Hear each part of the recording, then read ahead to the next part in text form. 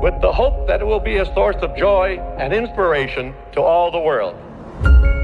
In Disney's 102-year history, there have been many defining moments and countless achievements. Today, we celebrate another thrilling moment, the creation of a spectacular new Disney theme park resort coming to Abu Dhabi.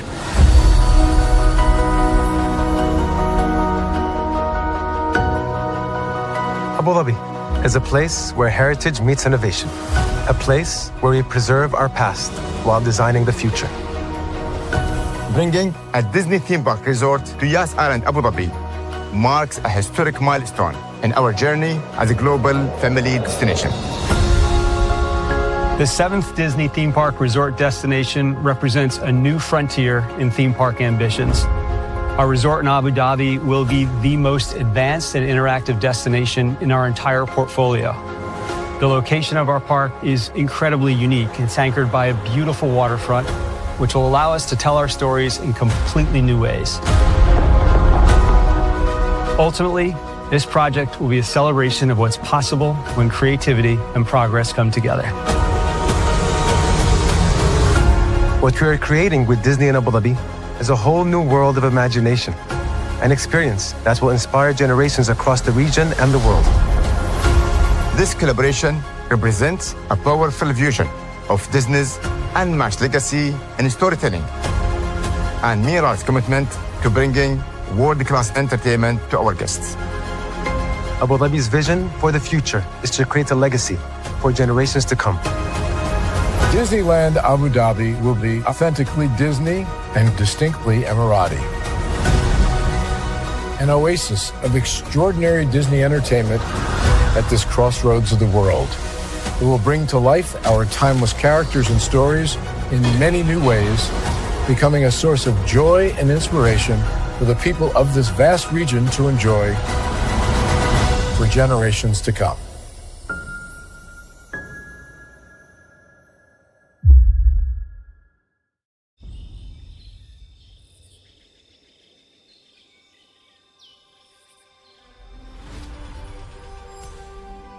Here you leave today and enter a world of Mickey Mouse!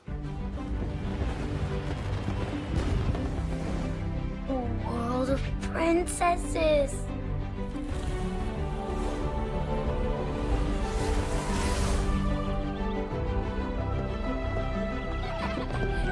A world of villains. And heroes. Raise your sabers!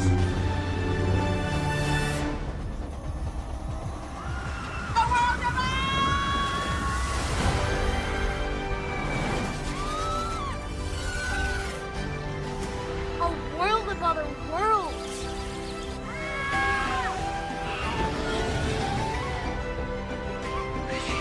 A world of all the favorites.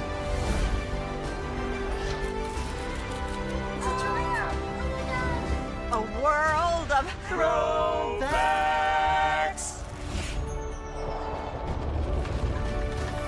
A world of for whatever you love. Infinite worlds await. Open your eyes. Think of the one place you've always wanted to see.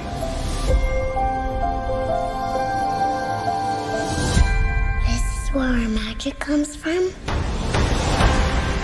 They say if you dream a thing more than once, Please, please, please. it's sure to come true. Everything you see exists together in the great circle of life. There were stories about what happened. It's true. All of it. In every job that must be done, there is an element of fun. I told you she was tricky. Life is full of possibilities. What do you want to be remembered for? The world is in our hands, and we gotta do something with it. I just want to say a word of thanks to all the artists, the workers, and all of you. The young and the young in heart. You helped make this dream come true.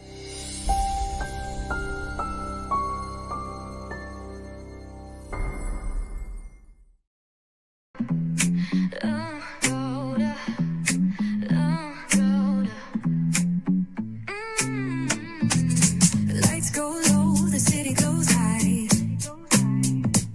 Stories untold under moonlit skies. Brave only got the vibe, got the flow for the culture. Yeah, you already know. Turn it up, lean back, feel the breeze. Late night truths drifting through the trees. It's for the culture, by the culture. Brave only's got the soul to show ya. Breaking it down, lifting it higher.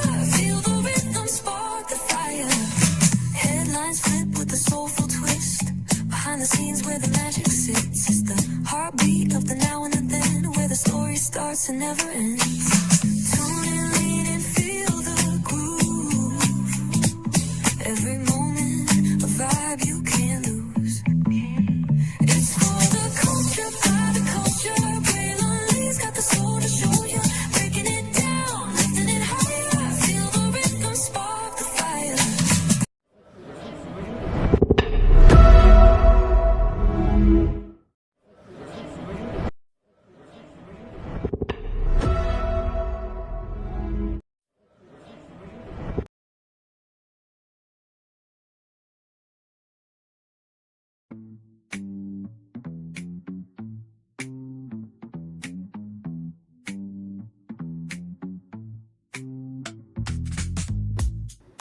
Well, hello.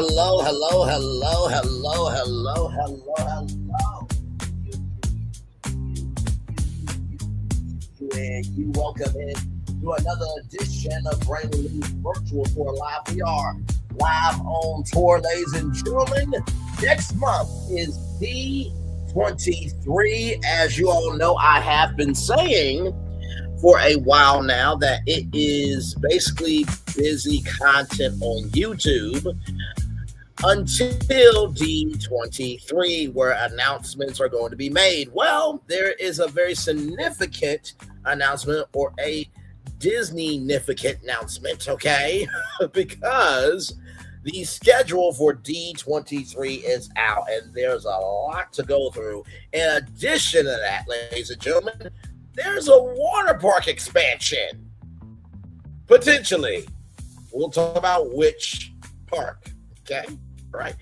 In addition to that, Fandango is in the news as well. We'll get into how that change for Fandango could work out for Disney as a company. Y'all, we got a whole lot to talk about, a whole lot to get through. So let's get to it, because higher is waiting, low is available. But either way, we got to go on tour. Yes, indeed, we do. Let me take down this psychotic intro here.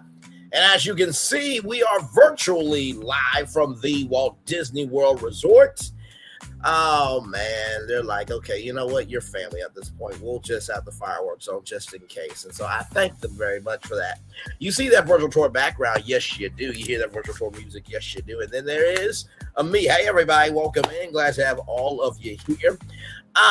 You know, of course, we usually do the Walt Disney video, which we are going to do, but then I'm going to play that D23 trailer, because I think we all need to know how big this one is. Now, Disney is allegedly saying, right, that this is their biggest one yet. Allegedly, right? But we're going to get to that and see if it really is their biggest one yet. Okay, so schedule just came out a couple of days ago, so we're going to get into a lot of things. So let me get the Walt Disney video up here, because without Walt Disney, can't make it do what it do. Yes, yeah, interesting. What park that was? I should pick that side. We're going to get to it. Let me get our good friend Walt Disney up here. So you can kick this thing off correctamundo. Here we go. Shout out to Cadillac.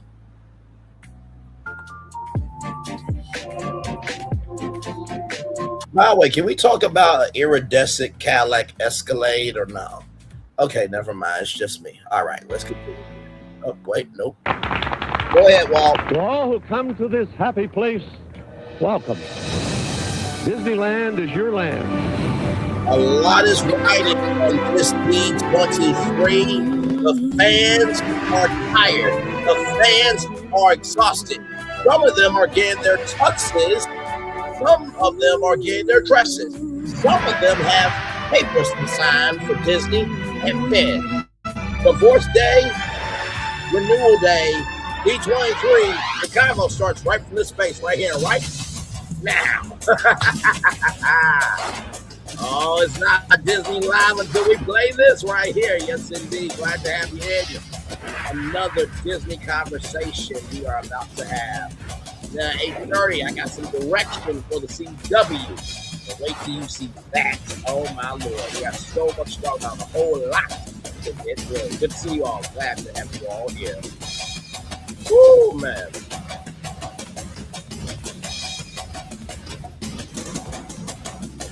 I swear this intro doesn't get played to me.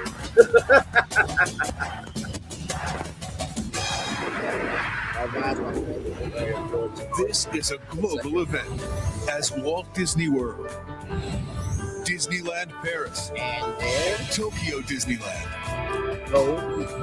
Hong Kong Disneyland, and Disney Cruise Line. Join Disneyland in celebrating 50 years of magic. It's the happiest celebration on Earth. Disneyland is dedicated to the ideals and the dreams that have created America, with the hope that it will be a source of joy and inspiration to all the world. Thank you, Walt. Appreciate you, good sir. Now that Walt Disney has introduced us to what is going on here with the energy of Disney, let's get into this trailer for D23, the ultimate Disney fan event. Let's see how big it could be. Roll it.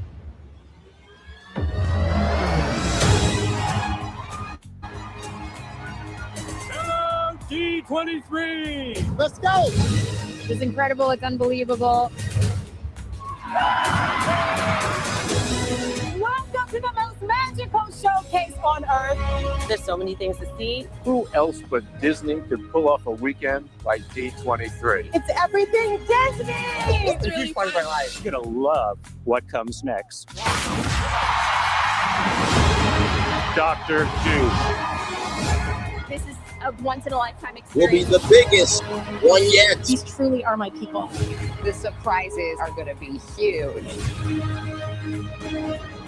We are building a villain's land at the Magic Kingdom. Everything is magical. You have to be here. This is the biggest film ever. There's a lot of you guys out there. Wow. D23. There's nothing like this. Woo, boy. You guys are the best fans. You are the magic.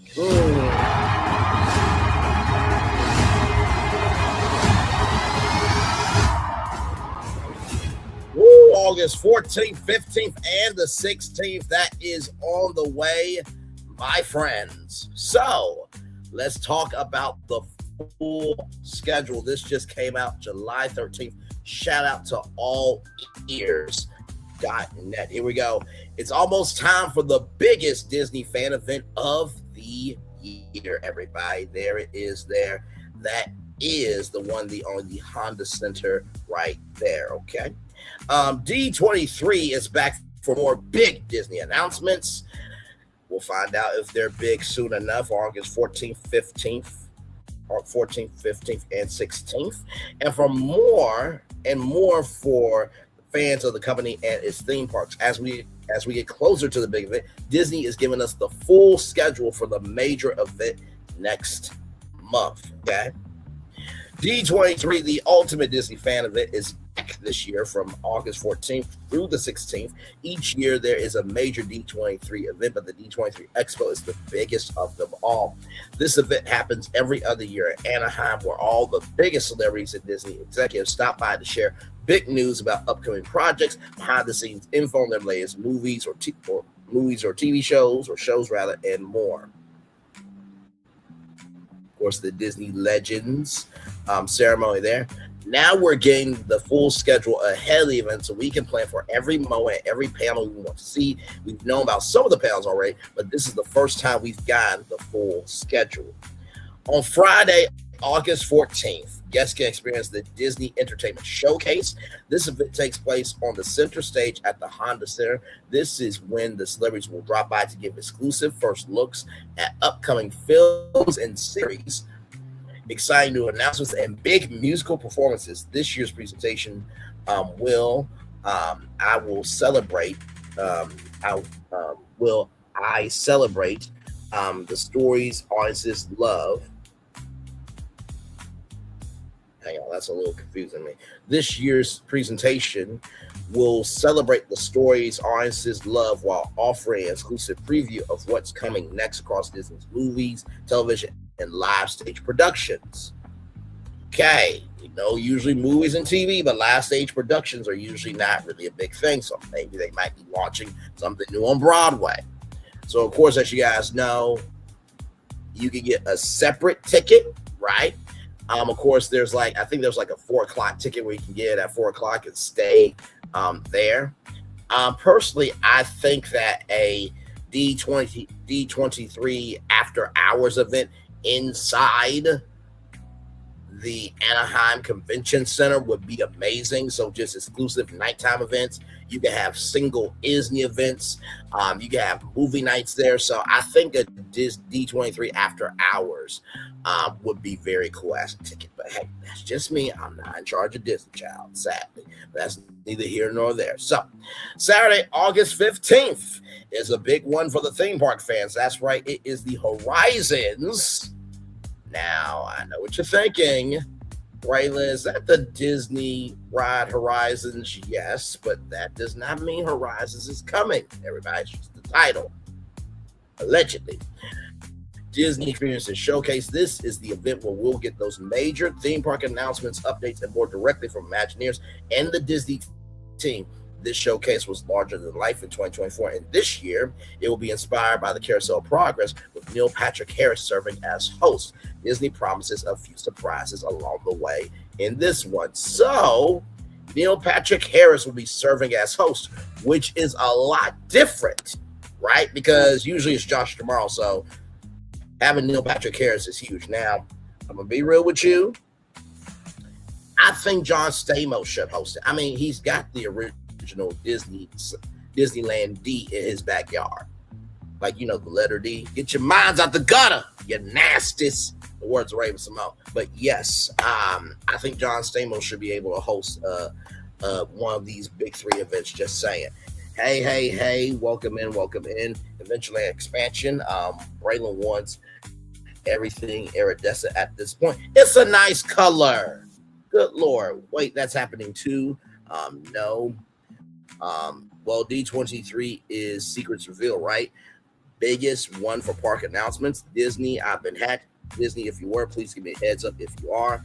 Anyhow, I'm making a calendar and budgets of the projects I have done. Understood there, good sir. But like I said, very interesting that Neil Patrick Harris will be serving as host. And not to mention a few surprises along the way in this one. So we don't know what surprises are going to be for this. Now, I've been saying at this point, Disney needs to show 70% completed projects and opening dates. People do not want anything new from the Imagineers until they finish what they started. Okay? And they want more definition of the projects that they're already working on. That's my take on how they should do that showcase. Otherwise, it ain't gonna hit. Okay. Finally, on Sunday, August 16th, you can check out the Disney Legends Award Ceremony. This will be hosted by Ryan Seacrest once again, of course. It focuses on those being awarded Disney Legend status. This year's inductees include Chris Berman, Jerry Bruckheimer, Susan Egan, Eric Goldberg, Anne Hathaway, of course, Bob Iger, Kim Irvine, shout Kim Irvine, who is the daughter of the one and only Madame Leona Toombs from the Haunted Mansion. Dwayne "The Rock" Johnson, the Jonas Brothers, Lin-Manuel Miranda, and Alec Twinnick. Talk about big names. This event includes several speakers from each new legend and performances throughout. And I gotta tell you something, that is going to be huge. The fact that Dwayne "The Rock" Johnson, and here's the thing, right? I know people are talking about Moana and stuff. You gotta think about how amazing this is going to be. From a guy that had $7 in his pocket to becoming a Disney legend, you gotta give it up, right? You think about Lin-Manuel Miranda and what he did for Moana and for Disney as a company. I mean, he brought Hamilton to Disney. Well, Phil, you don't have an invite to the Legend ceremony, and Disney should have called me to host it, because I mean, how many more things can Ryan Seacrest do? It's about time somebody new came in. The Jonas Brothers, I mean, hello. The Jonas Brothers came out when social media was just starting, right? And of course, remember Jonas at Jonas LA and Camp Rock 3. They are, of course, Disney legends. Anne Hathaway, hello, The Princess Diaries, Julie Andrews, The Devil Wears Prada 2, Jerry Bruckheimer, Pirates of the Caribbean, Chris Berman, ESPN, Phil's best friend in business, Bob Iger will be there. And you know what? He will be saying, you know what, guys? We should not just have one Disney legend. We should have two. Braylon Lee, come on up. Wait, what? What? Are you serious? Are you sure, Bob? Because I listen, I think Michael Strahan should be a Disney legend before me, because he brought stabilization to Good Morning America. Had not been for Michael Strahan, Kelly Ripa and Mark Consuelos would have a TV career. So I appreciate it, Bob Iger, but let's respect Michael Strahan first. Just saying. Moving on. That's a tagline, catchphrase 70%, and we aren't in August yet. Soon, very soon, Phil comes in to reject Bob Iger's award, drat, and double drat.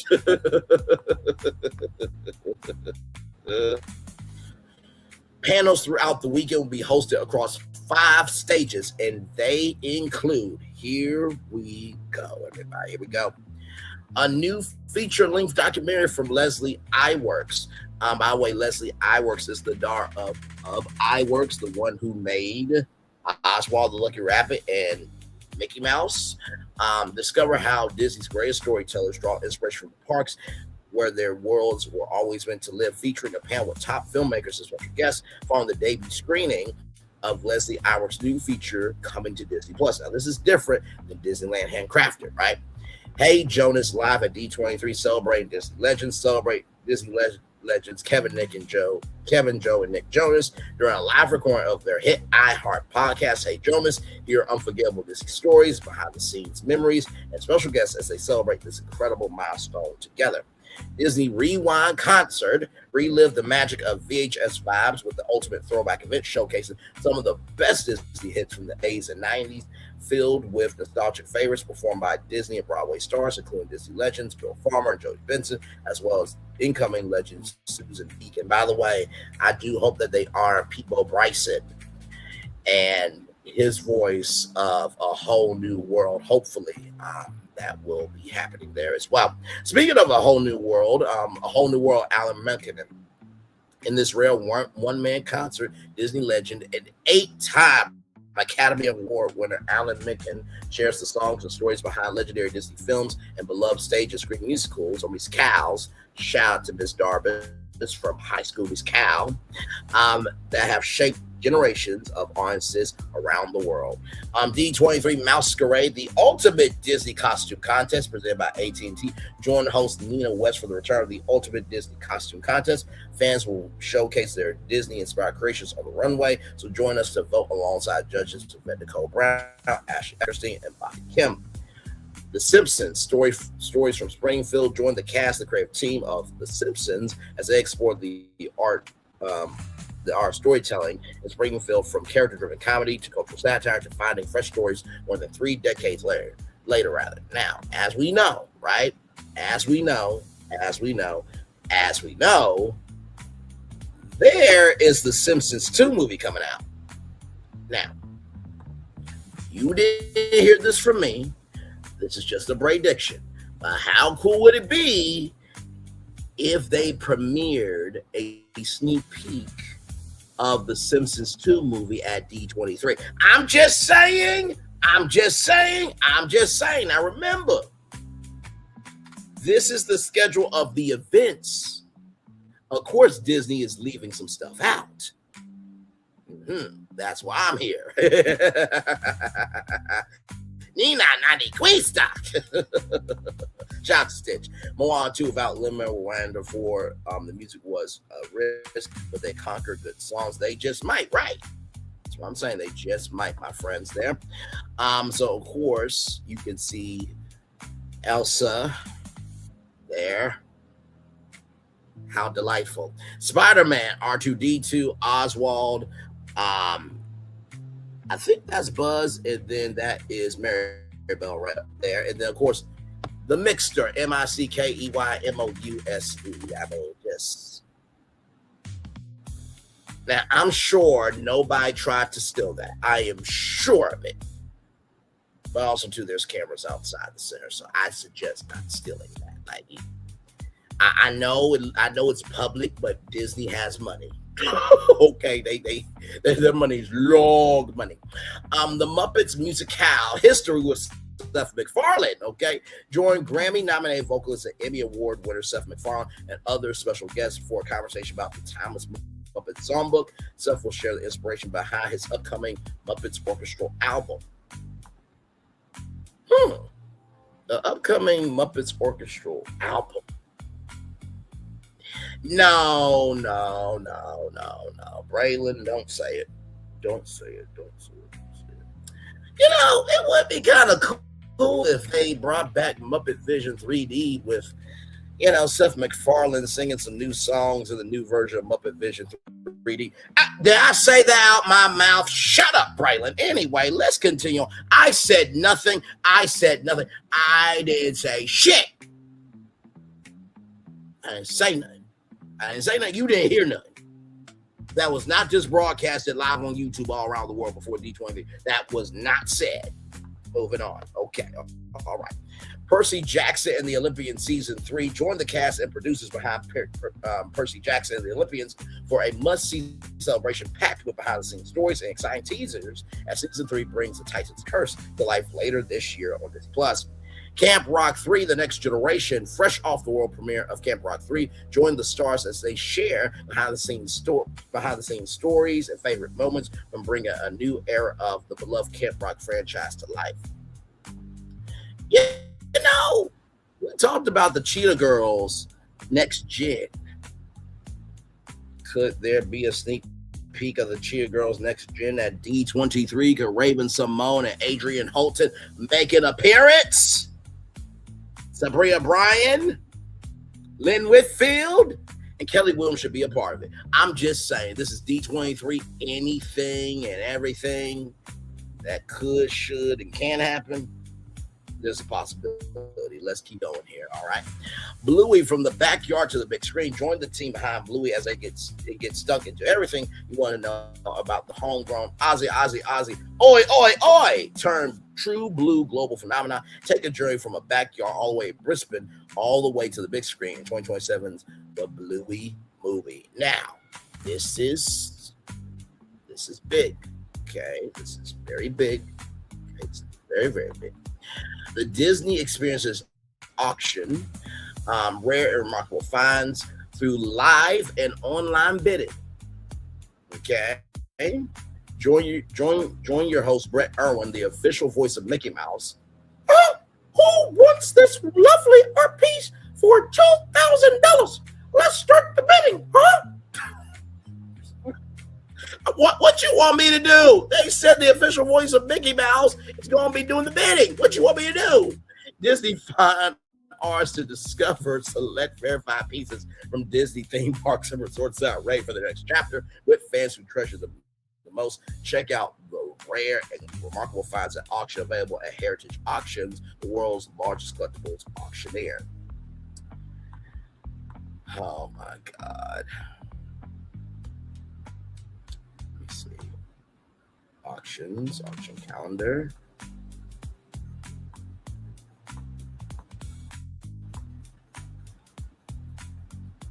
Where?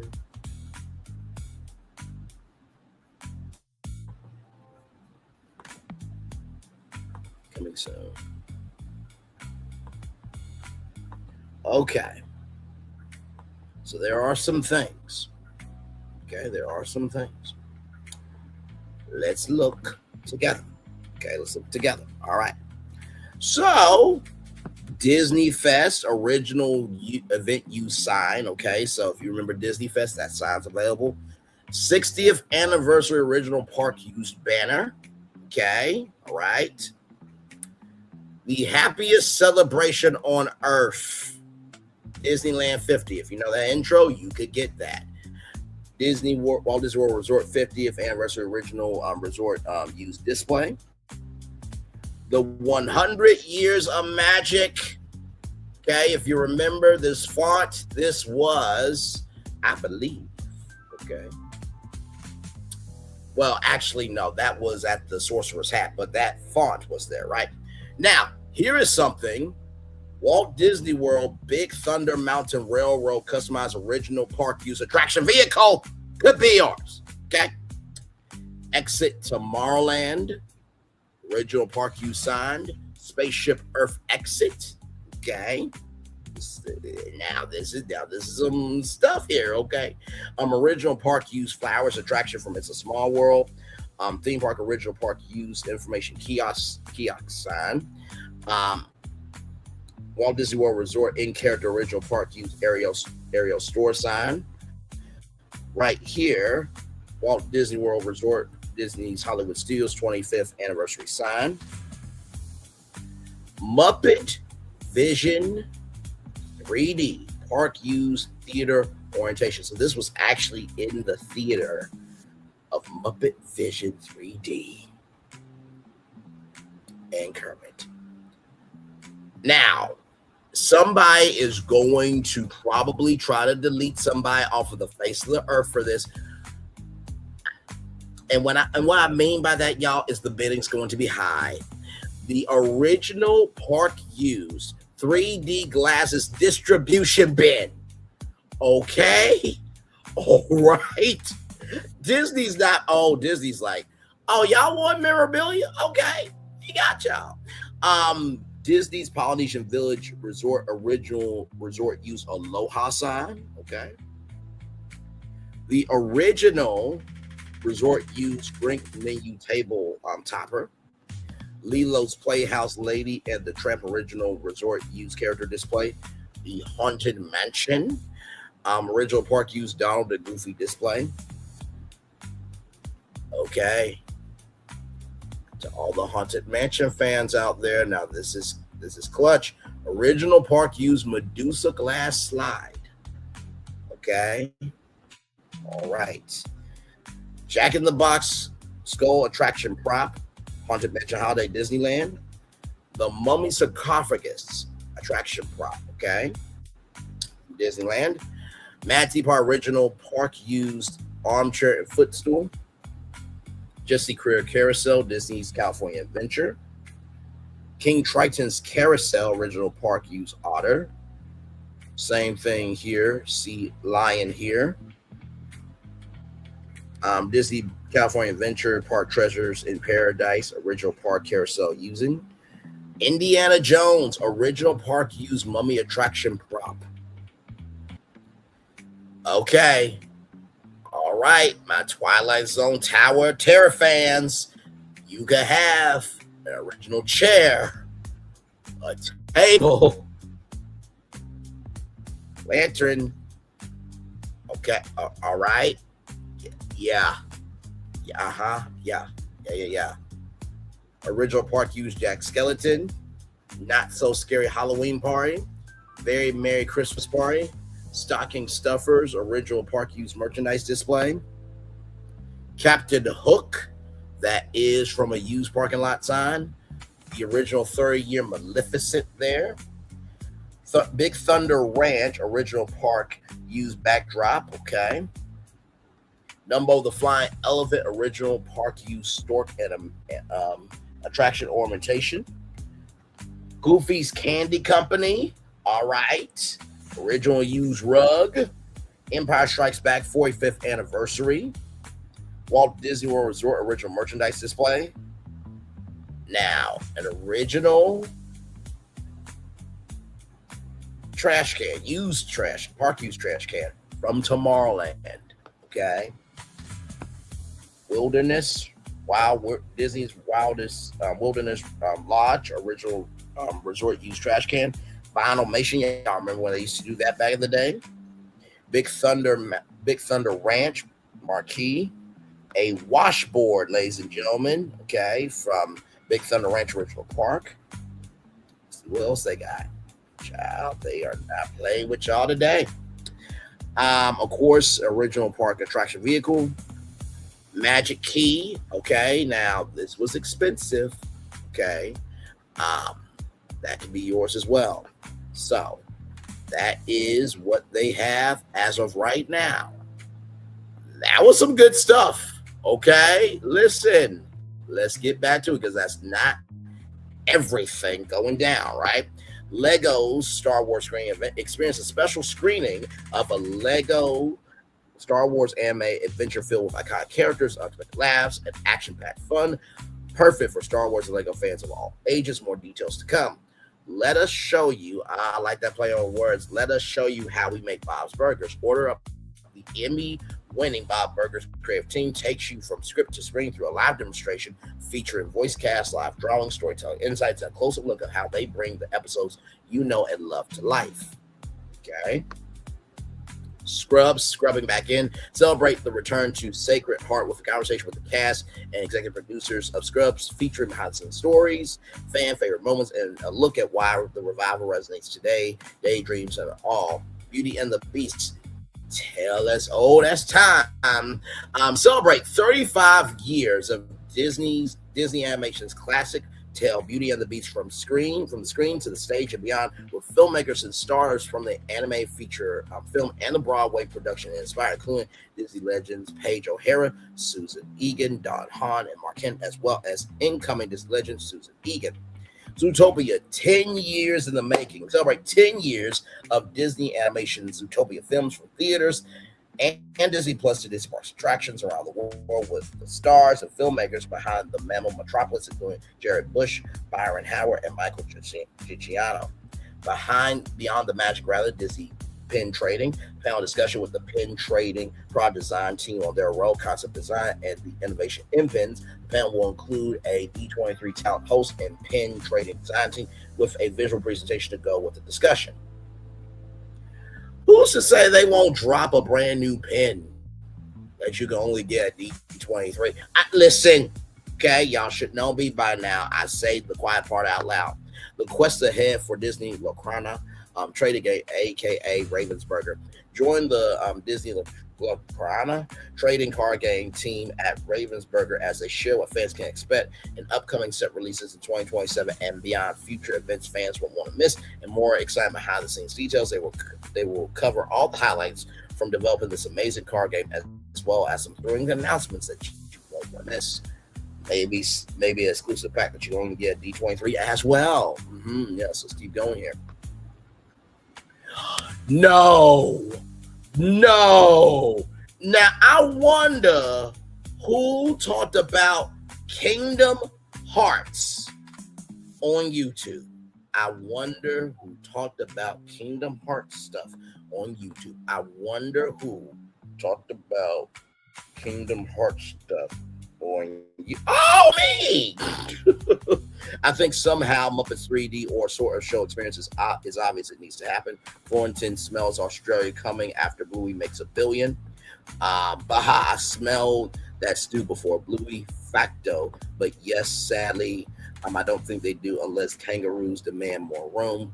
Very funny. Yes, indeed. It will be undeniable. Animal Kingdom needs 2 new lands, more so than Magic Kingdom right now. Damn it, I want that. Which one did you want? Give me the H2H stuff. All the Hollywood Tower Hotel stuff. Very expensive. Yes. That guy. Oh, this guy. Yeah, I did Downtown Disney inspired by Kingdom Hearts. So, it's great that you're having a conversation on it, but, it would be cool if you can make some rising attractions off of Kingdom Hearts as well. But, hey, what do I know? I'm just a flat man talking on YouTube. All right, let's keep going, everybody. Join us for a journey through light and darkness. That's the power of the Keyblade. You have the power to save the world as we commemorate 25 years of Kingdom Hearts. Discover how this saga united Disney, Pixar, and Square Enix with insights from creative minds, character voices, and more behind the magic. I believe there is a new Kingdom Hearts game coming out on the Nintendo Switch. By the way, the Nintendo Switch will be going. It won't be going away, but they're not going to be selling the Nintendo Switch after a while. I know. I got mine. I need to play it more often, but child, the culture's been busy. Disney Legends in Conversation, hosted by Disney legend Robin Roberts. Of course, we love some Robin Roberts around here. Listen in as members from the newest class of Disney Legends partake in a lightning conversation about their storied careers. Disney and National Geographic capturing the world of nature. Go behind the scenes with Disney and National Geographic storytellers as they explore how animals, ecosystem conservation, and real-world adventures have inspired some of Disney's most beloved stories, projects, and experiences. Animating the action, Disney Magic Live on ESPN. Discover how ESPN and Disney are redefining live sports storytelling by bringing iconic characters and immersive worlds from Toy Story, Monsters Inc., Mickey and Friends, and more to animated broadcasts that elevate the fan experience. Disney and Marvel legacy of stories presented by M&M's chart the legacy of Disney and Marvel storytelling through classic comics, epic crossovers, and unique insights from Marvel creators and Disney archivists. Session includes M&M's and M&M's Marvel mini poster fan packs giveaway.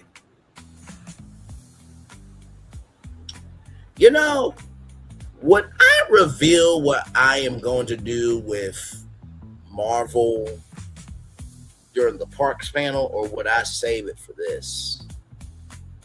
I'm just wondering. Moving on. The future of digital comics, Disney, Marvel, and Webtoon explore beloved worlds in a whole new way as Disney, Marvel, and Webtoon come together to spotlight iconic comic stories reimagined for Webtoon's immersive mobile-first vertical format. Celebrate 65 years of Marvel Spider-Man from the recent return to the big screen in Spider-Man Brand New Day to fan favorite animated series, including Marvel's Spidey and His Amazing Friends, Spider-Man's 1000th comic, toys, and more. Spidey's been an enduring pop culture icon for nearly 65 years. Join us to celebrate Spider-Man with sneak peeks, behind the scenes stories, and more. I'm sure that Tom Holland will be in the building. Yes, indeed. Marvel Fanfare. Join Marvel Comics for a talk about the enduring appeal of Spider-Man, his biggest stories from the past 65 years, and more. After the panel, fans will receive an exclusive comic book giveaway. Making Disney Magic with legendary Disney animation director Ron Clements takes you inside his new book, Making Disney Magic, along with very special guests from his prolific legacy of anime films, including Disney legends Jodie Benson, Susan Egan, and Mark Hennig, including as well as incoming Disney legends Susan Egan and Eric Goldberg. Let's continue.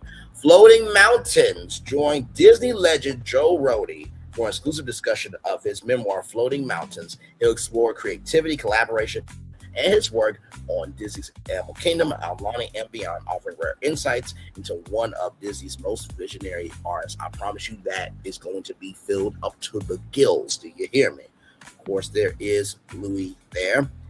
Huz, Drawn to Life. Discover Disney animator Ron Husband's inspiring story in a new Disney Plus documentary from Don Hahn. Hahn and a panel of animated storytellers shared behind the scenes stories in celebration of the artistry and mentorship behind many Disney classics. Walt Disney 125 years of inspiration. Join D23 as we salute Walt Disney's 125th birthday. Hear from those who knew him, legends who were inspired by Walt, and continue his legacy. Plus, enjoy some special performances, all inspired and fun celebration of Walt Disney. You know, things like this, I wish that fans could maybe apply for a chance to fly out and be a part of stuff like this, because Walt Disney inspires fans too. And I think that fans should be up there too, not just the legends. Just saying. It is called the Ultimate Disney Fan Event, correct? Moving on.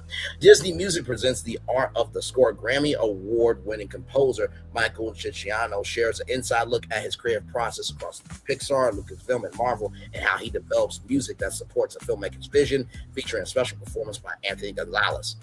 You know, I'm surprised that American Idol's not at this with a Disney night, American Idol style, bringing different American Idol winners and fan favorite contestants from American Idol performing Disney music live. I'm surprised that's not part of this. But hey, what do I know though? I'm just a black man talking on YouTube. Disney and the Grammys of musical legacy. As you guys know, the Grammys will be moving to ABC in 2027. Disney Grammy Award-winning musical artists reflect on the songs, stories, and creative choices that have shaped their careers and the enduring legacy they continue to build across generations. Ink and paint. I can confirm that Olaf will not be at this because he does not know how to draw. His words, okay? We do not slander snowmen, okay? Whether they are happy like Olaf, and Olaf believes that there are some people worth melting for, or whether you are gay snowman, Shrek 5, we agree that snowmen, women, and snow children matter here, okay? We embrace everybody. Damn it. Moving on. Experience the magic behind.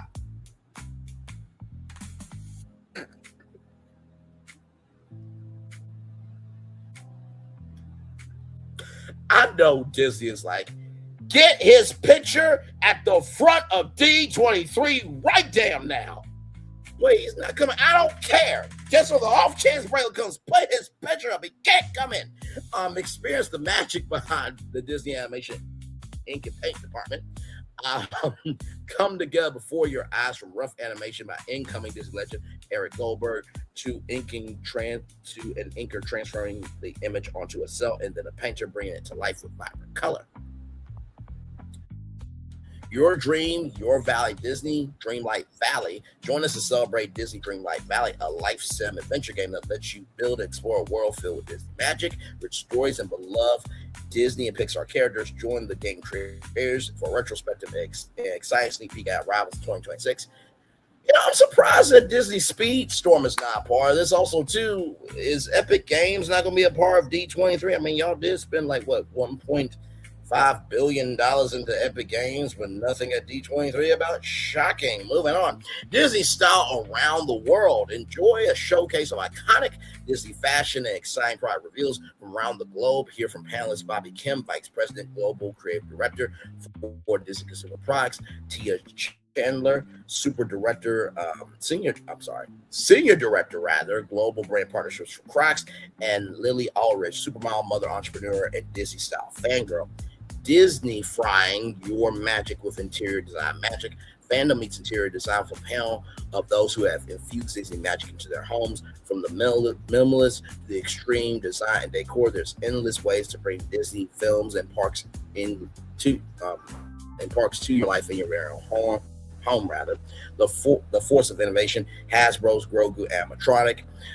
Join the galaxy's favorite foundling and the development team behind Hasbro's Ultimate Grogu collectible as they discuss the expertise and ingenuity needed to bring a character to life as an animatronic and maybe reveal a few secrets along the way. The impact and legacy of Disney toys. Disney's 100-year toy legacy comes to life as experts Alex Miller, David Pacino, and Becky Klein. Shout out to Becky Klein. For those of you who don't know, Becky Klein is a part of the Walt Disney Archives. Explore how Disney toys shape the company, the industry, and generations of fans through stories, rare art, and iconic artifacts. Now, this made me happy, okay? Worlds of Tinkerbell, Pixieland to Pixie Hollow. Join host Ashley Eckerstein, and special guests as we explore the magical evolution of Tinkerbell from Peter Pan 1953 to her own enchanting universe in this lively celebration of a favorite Disney fairy. Yes, indeed. 20 years of Enchanted. Join host Nina West and director Kevin Lima as we celebrate 20 years of Enchanted with fast-paced Easter egg-filled tribute featuring special guests and surprises from the Walt Disney Archives collection. Okay, now that's cool that they recreate Pandora like that, or maybe that's Indiana Jones. It looks like more Pandora because of the bioluminescent floating flowers there. But let's continue on here. 75 years of nonsense, Alice in Wonderland. Don't be late, don't be late, don't be late for this very important date. Celebrate 75 years of Disney's animations. Alice in Wonderland with a look back at rarely seen art from the production and go behind the scenes of the newly restored version of the classic film. 101 Dalmatians' 65th anniversary. It's been 65 years since we've seen 101 Dalmatians on our screen. Good Lord Jesus. Celebrate Disney Animation's pioneering feature film with a look back at rarely seen art from the Walt Disney Animation Research Library.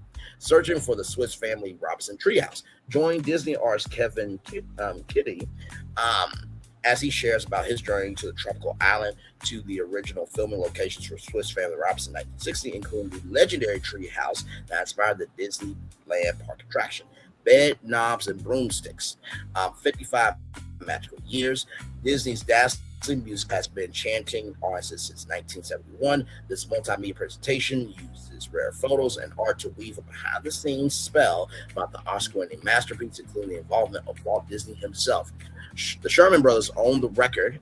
The Sherman Brothers began their Disney career at what is now Walt Disney Records. Grammy Award-winning producer and Disney music historian Randy Thoren shares rare recordings, demos, and interviews for many years collaborating with The Boys. By the way, The Boys is a documentary on the Sherman Brothers, in case you did not know.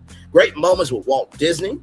Disney historian Tim O'Day and editor of Disney Files magazine, Ryan March, share humorous stories and rare video footage of Walt Disney showing the comedic side of the man behind the magic. Okay, that'll be interesting to see. All right.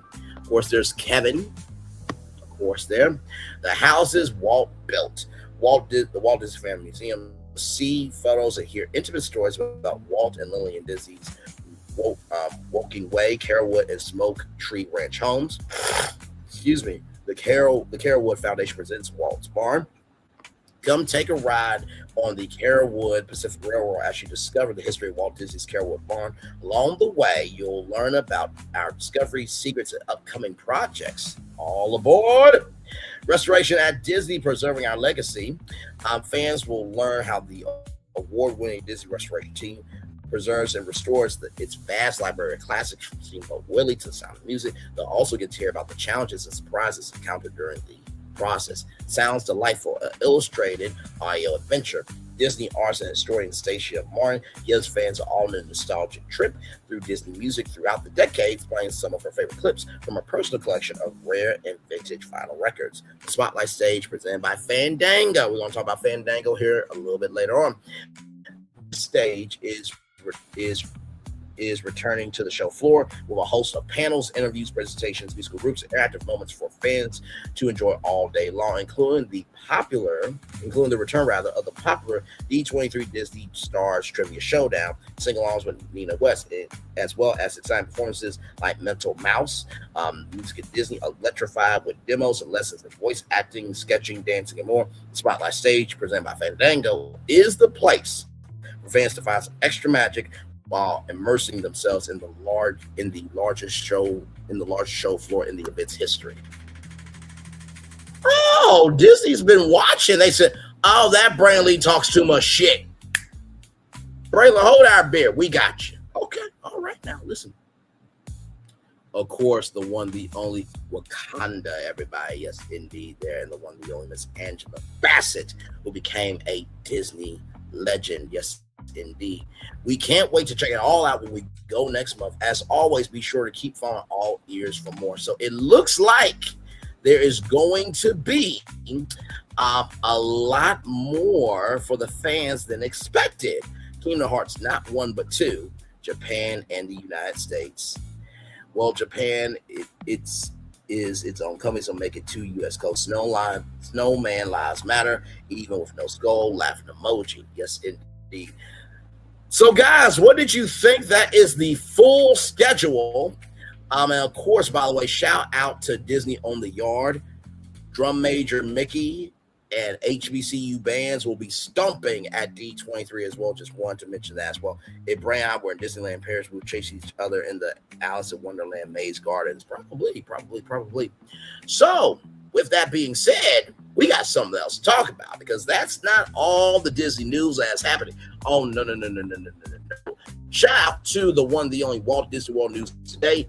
Permit may hint at Typhoon Lagoon Water Park expansion. Let me say that 2 more times. Permit may hint at Typhoon Lagoon Water Park expansion. Permit may hint at Typhoon Lagoon Water Park expansion. Let's get to it. Walt Disney World filed a permit with the South Water Florida Management District for a Typhoon Lagoon backstage parking lot, hinting at possible expansion to the water park. Okay. Typhoon Lagoon backstage parking lot. WDW Magic shared details of the permit, which covers a backstage area north of Disney's Typhoon Lagoon near 1199 East Buena Vista Drive. It includes construction of a new driveway and gate, fenced-in gravel lot, sidewalk, and 2 retention ponds and treatment swales for stormwater management. The addition of a parking lot, whether backstage or not, could mean Disney is planning to expand the water park with a new ride, entertainment, or something else yet not announced. That said, the lot could just be addressing an existing parking issue. Typhoon Lagoon guest parking rarely frequently hits capacity, and guests are then redirected to the Casper parking lot or even grass parking. Maybe the new backstage parking will become the permanent Casper parking lot, and the existing Casper parking lot will be open to guests. Typhoon Lagoon and Blizzard Beach are both open this summer for the first time in a long time. Typhoon Lagoon hosting H2O Glow After Hours. Of course, as y'all know, Universal will be doing Universal Volcano Bake Nights. Typhoon Lagoon will be closed for the fall and winter starting on September 9th. What do you think? Do you hope to see an expansion to Disney's Typhoon Lagoon Water Park? Let us know on social media. So, very interesting, right? Now, you could think Moana for the expansion. You could think Lilo and Stitch. You could think Finding Nemo over there, right? There's a lot of different Disney characters that really could give it some energy there. You know what I mean? So, yes, indeed. And finally, y'all, let's talk about Fandango, because this is some big news. I know what you're thinking. How does Fandango relate to what we're talking about with Disney? We'll find out here in just a minute. Here we go, everybody. This is an exclusive from the Hollywood Report here. Fandango to be overhauled in bid to rival free streams like Tubi and Pluto exclusive. The Versant-owned media company is adding content, changing the brand name, and adding new features to grab market share free ad support streaming space. So here we go. This came out today. Versant wants to bow Tubi, Pluto, and the Roku channel in a bid for free streaming scale. The media company is overhaul its free streaming service, dropping the Fandango at home branding in favor of a more streamlined Fandango name, adding a slew of new content and features as it seeks to grow a meaningful streaming business. Fandango, of course, may be best known as the movie ticket service selling tickets to new release films across the country. It also has a robust paid video on demand offering, renting out films that recently left theaters to users at home. The free streaming service is more nascent, but Versant executives say that simply by quietly ramping up the content in recent weeks, the service's engagement has quietly been rising. This week, the company will roll out a full-fledged marketing effort under the tagline, "We love free," to try and drive users to the reboot offering, which Versant president of entertainment Val Bolden says will have a 20% plus increase in the number of titles and hours available to stream, including 3,500 hours of Versant content. Now, if you're wondering what is Versant, that is the spin-off company of NBC Universal. As you guys know, Bravo stayed with NBC Universal, but Versant, let me show you here of all the networks, child. Okay,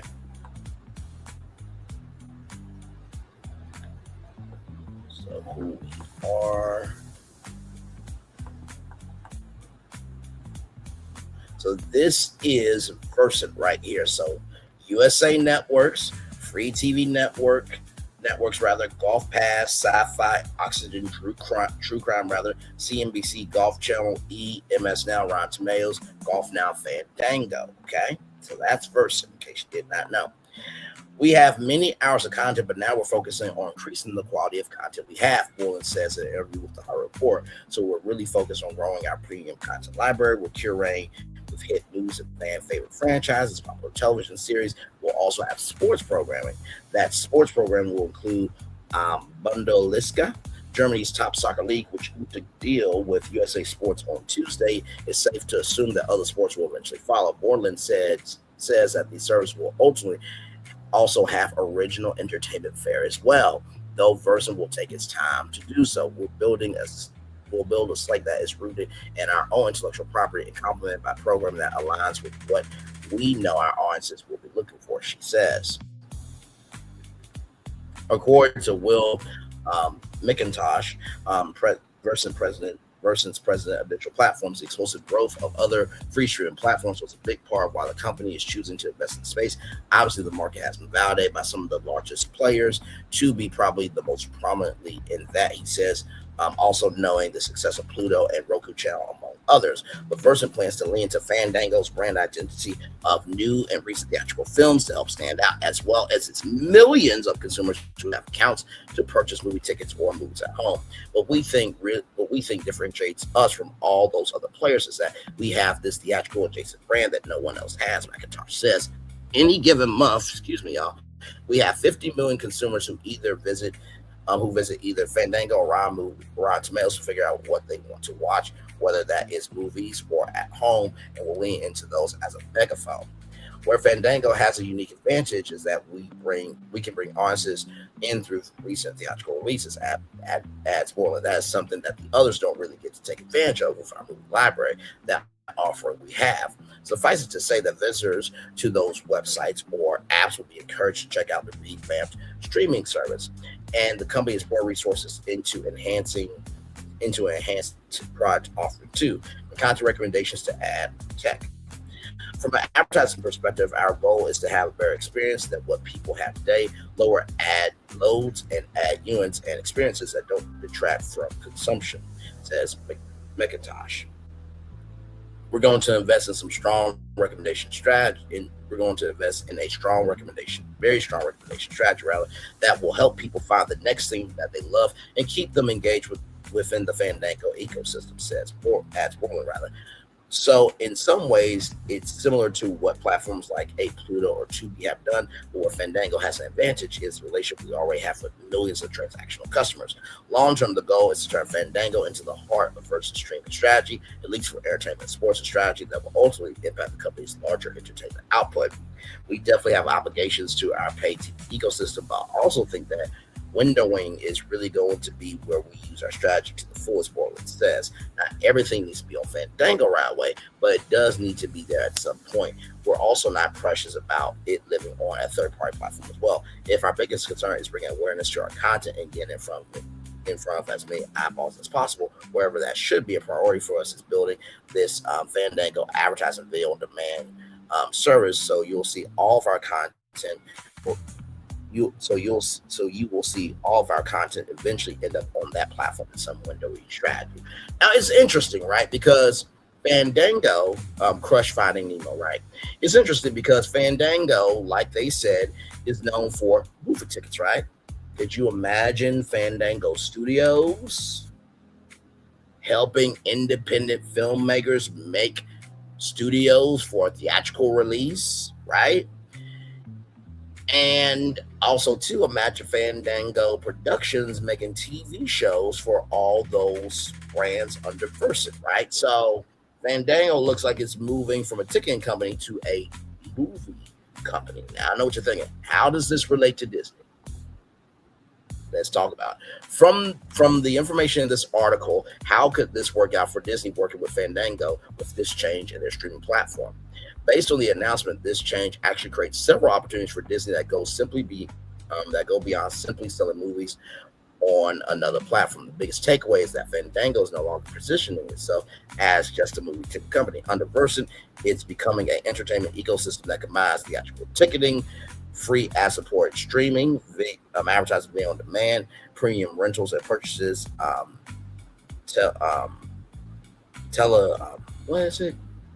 telecommerce, I'm guessing.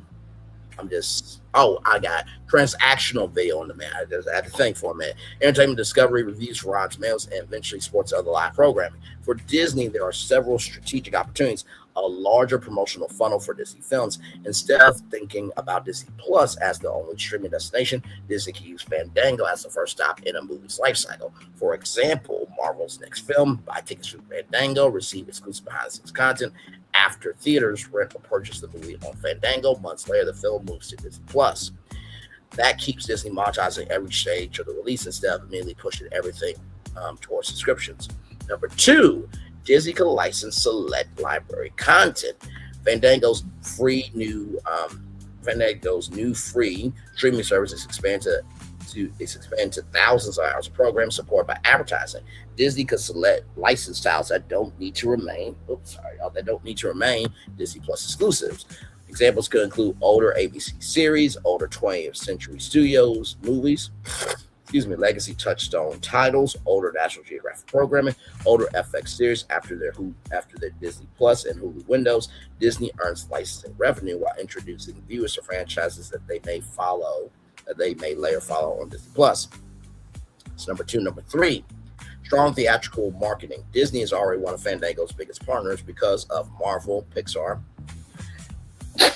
Oh God, give me a moment. Yeah.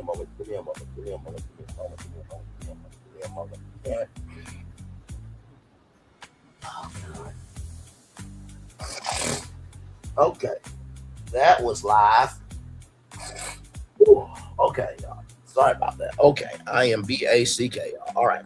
Walt Disney Animation, Lucasfilm, 20th Century Studios with Fandango, investing heavily into entertainment discovery. Disney could create campaigns such as exclusive first look trailers, collectible digital tickets, loyalty rewards, early access screenings, merchandise offers, Disney trial promotions with ticket purchases. The goal would be to increase conversion or excitement to ticket sales. Number 4, better use of advertising. Disney has introduced an ad-supported tier. Fandango's free streaming audience represents another premium advertising environment. Disney could advertise Disney Plus, Hulu, ESPN, Disney Cruise Line, Walt Disney World, Disneyland, Disney Vacation Club to viewers already watching entertainment content. Number 5, drive theatrical attendance. Disney wants theaters to remain healthy because theatrical releases generate billions before streaming. Fandango now will simplify the path from discovering a movie to buying tickets to watching content at home. That aligns well with Disney's strategy of maximizing the theatrical window before moving films to streaming. Interactive fan experiences. Disney could build experiences around major franchises. We don't want to imagine this for Frozen 3, but since it's here, I will read it, okay?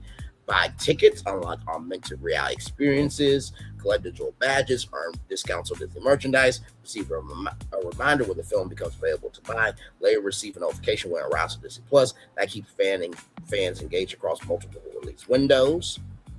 Data audience insights. Fandango captures valuable information about who buys tickets, what genres they watch, whether they rent or purchase movies, and what they'll stream afterward. While respecting privacy and partnership agreements, aggregated audience insights could help Disney target marketing more effectively, improve trailer placement, optimize release timing, and identify audiences likely to subscribe to Disney Plus. Where Disney should be cautious, Disney would likely avoid putting flagship Disney Plus originals on Fandango's free streaming service, weaken Disney Plus as the exclusive home for marquee franchises, becoming overly dependent on another company's platform. Disney's strongest intellectual properties, such as The Mandalorian, Percy Jackson and the Olympians, and other Disney Plus originals will likely remain exclusive to Disney Plus because exclusivity helps drive subscriptions. But Disney could produce content for Fandango and their free streaming service, right? So there it is there. And the licensing money that they get from that can help invest into Disney Plus, Hulu, ESPN.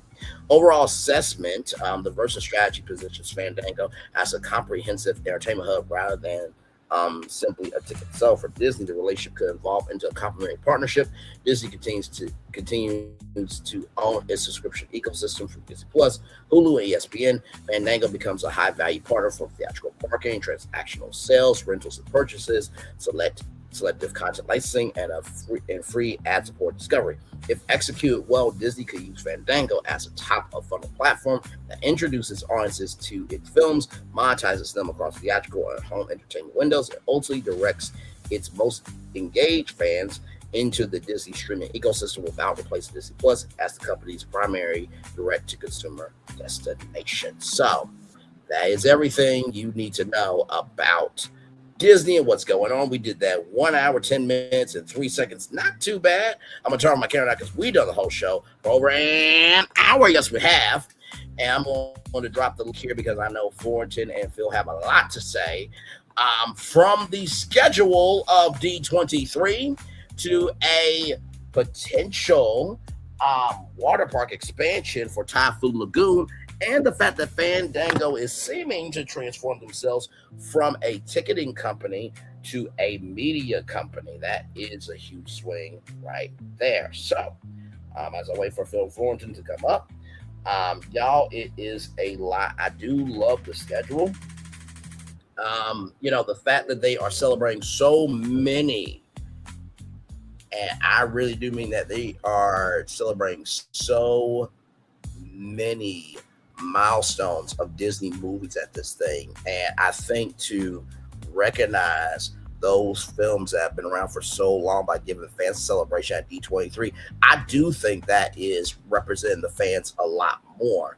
I do think that, maybe there should be some panels where, fans can apply, to be on a fan panel, to lead a Disney fan panel, to be interviewed. There's a lot of different things that they can do. So Phil is up here. Hey, good sir. Good evening. Good evening, good sir. What are you thinking about all of this Disney news? And wherever you want to start is where I can rock from. Well, Florentine shared it to me about the Typhoon Lagoon thing, and yes. I'm asking myself, why did I not pick that section? Because someone speculated where it was going to be permitted. Did it speculate where it was permitted in the article? Remind me. Right. Let's go back to it. Right here. So, because it's a clickbait site, Penn Disney or whatever it was. It says here, a backstage area north of Typhoon Lagoon near 119 East Buena Vista Drive. So I'll pull that up. Yes, and that's I got a picture of it from Instagram, and it was a backstage area. But yeah, it's a staging area right behind Crush and Gush. That's your area.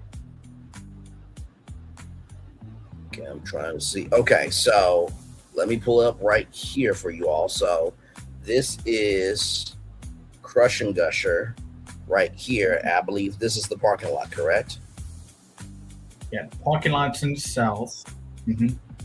And the backstage area that is mentioned in the article is located where that marker is. See so it? Right here is the backstage area. Yes, that's the stage area you mentioned about. Florentine is fine. I've been picking on the sharp. Hello. Hey. Oh. Hey, how are you? Doing good. A lot of Disney news. A jam-packed D23 schedule that is seemingly make the fans feel like celebrities, because that is a jam-packed schedule for 3 days. Okay, listen. my God. I think the fans might be just as tired as the celebrities by the end of it.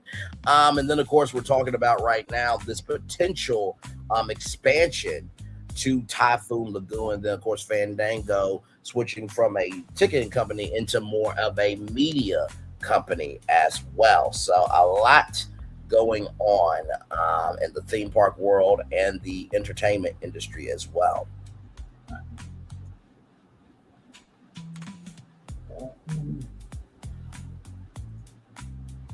So I was just kind of wondering to myself how to connect to the backstage area if something was going to happen to the backstage area, like a new riding hall. Right. Wouldn't they have to like make a pathway through this forest here to get to this expansion, or cut something right here to get to that? I don't know how you can. The queue line is right, like sandwiched in between right to the left of Crush and Gusher. Right. And then you got the pool where you land from the Crush and Gusher. Now I'm going to look at it from my end to Google Earth, the handy dandy Earth here. Yes. And by the way, why it was 8 hours long, Yes, and by the way, y'all, just to let you know how close this is next to Disney Springs, which is conveniently right here. So, I mean, I don't know how there could be a potential pathway from Typhoon Lagoon into Disney Springs. I don't know if they can connect. That'd be great. That'd be great. That'd be huge, because I found it very much of annoyance to me that I took the bus and I did a whole Grand Prix tour of like the whole, like from my room to Saratoga, from Saratoga Springs all the way down to Disney Springs and XYZ until I get to Typhoon Lagoon. Practically was 18 minutes when it should have been like 5 minutes. Right. Because of the new traffic pattern they implemented like 8-9 years ago. Right. And honestly, to tell you the truth, from what I'm seeing here now, this is a big swing that I'm about to say here. But since Saratoga Springs Resort and Spa is right there, you could, if you wanted to, say, hey, listen, if you stay here, you could get extra magic hours at Typhoon Lagoon, because here is the golf course, there is the parking lot, there's Disney Springs, and if you cross here, you are at Typhoon Lagoon. You can also, in that same token here, you see Hilton Orlando Lake Buena Vista, Typhoon Lagoon right there. You see Wyndham Lake, you see Orlando Buena Vista. Drury Plaza is a bit of a swing to get there, but there's a way where these hotels can get the perks of Typhoon Lagoon. Oh, so you guys are asking about a walking, like a pedestrian access? Well, if you build on this expansion pad, as people are speculating about, that's what permanent is going to be. I'm going to be facetious and be negative, as I usually do, each show, and say that. Well, they're just only going to put in a solar park right there, as usual. Well, of course, for every Pooh Bear, there needs to be an Eeyore in the group. So, Yeah. we all have our role. And then, Florentin is Rabbit. He the very wise Rabbit. Okay.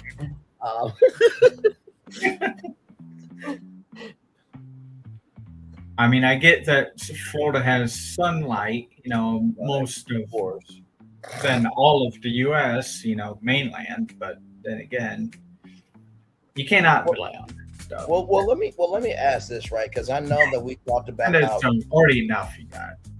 Right. Now, I know we talked about this before with Saratoga Springs and Resort, because I think that you said, Phil, that Saratoga Springs and, the spa really wasn't what it once was. But I'm going to ask this question. It's been closed since, the spa,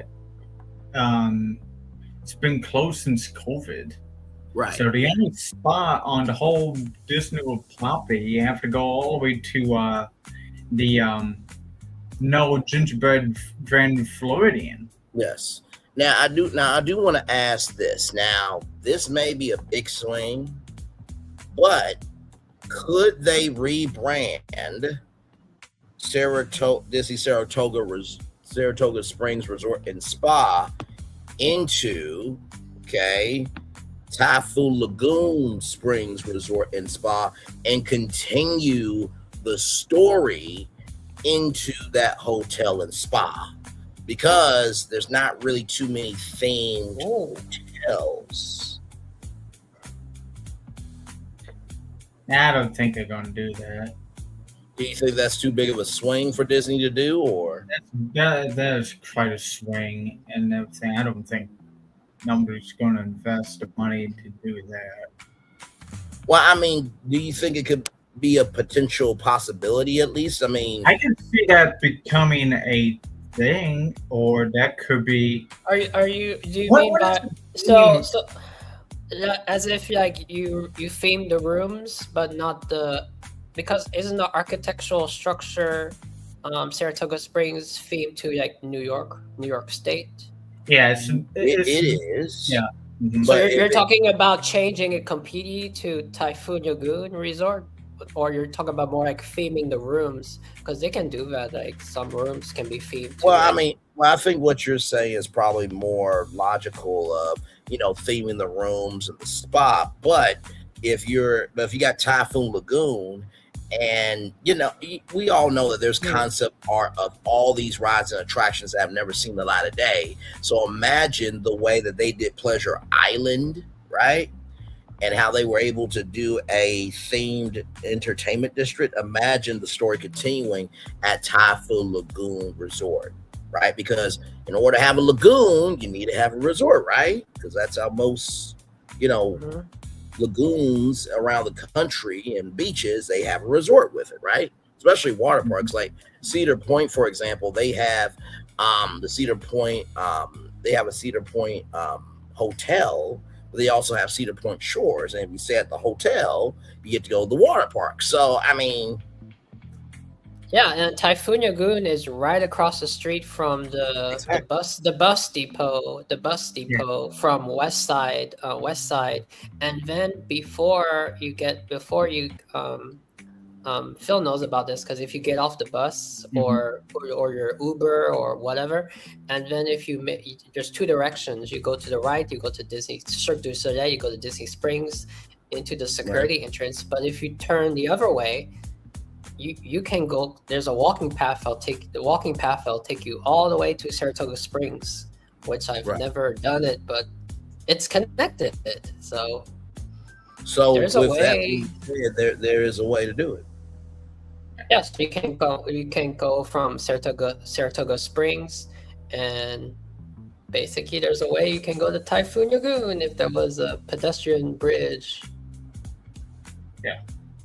And I mean, basically, and hey, one person, hey to the second person that came through, that will basically really be like That'll be so easy, actually. That's an easy project. Yeah, that would be like Volcano Bay, Cabana Bay at Universal, essentially, except it's a bit farther. Are you saying that can be like a special perk for staying at Saratoga Springs? You got that connected pedestrian bridge to Saratoga Springs. Yes, absolutely. Just like I said, just like Cabana Bay and Volcano Bay, like you have a path right there. Now it's a bit of a walk, but if you got extra magic hours by staying at Typhoon Lagoon Resort and Spa, you don't mind staying over there just to be over there. You know what I mean? So yeah. Speaking of Saratoga Springs, connecting to Disney Springs, this is the bridge that is way in the back here at Saratoga Springs. I took it from the Myers bus to get back to the room. Gotcha. When we got off the shuttle bus. Right. And this is the oldest part of the resort too. That was demolished. Right. Let's see. Like I said, it's amazing what Google Earth can do for real. It's absolutely incredible.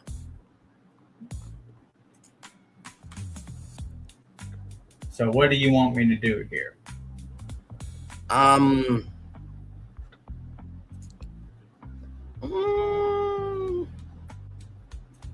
I mean, you showcase the bridge, right? I mean, from there to that's the bridge has always been there, like right, probably since the 70s. Okay, I mean, so that bridge is right there. There's a little pathway there that seems like you can get to. here's the bridge. Yeah. So to walk you through of what I did back in May, for just to let you know for context. This is where you arrive. This is the main building for Saratoga, and you check in over at this spot right here.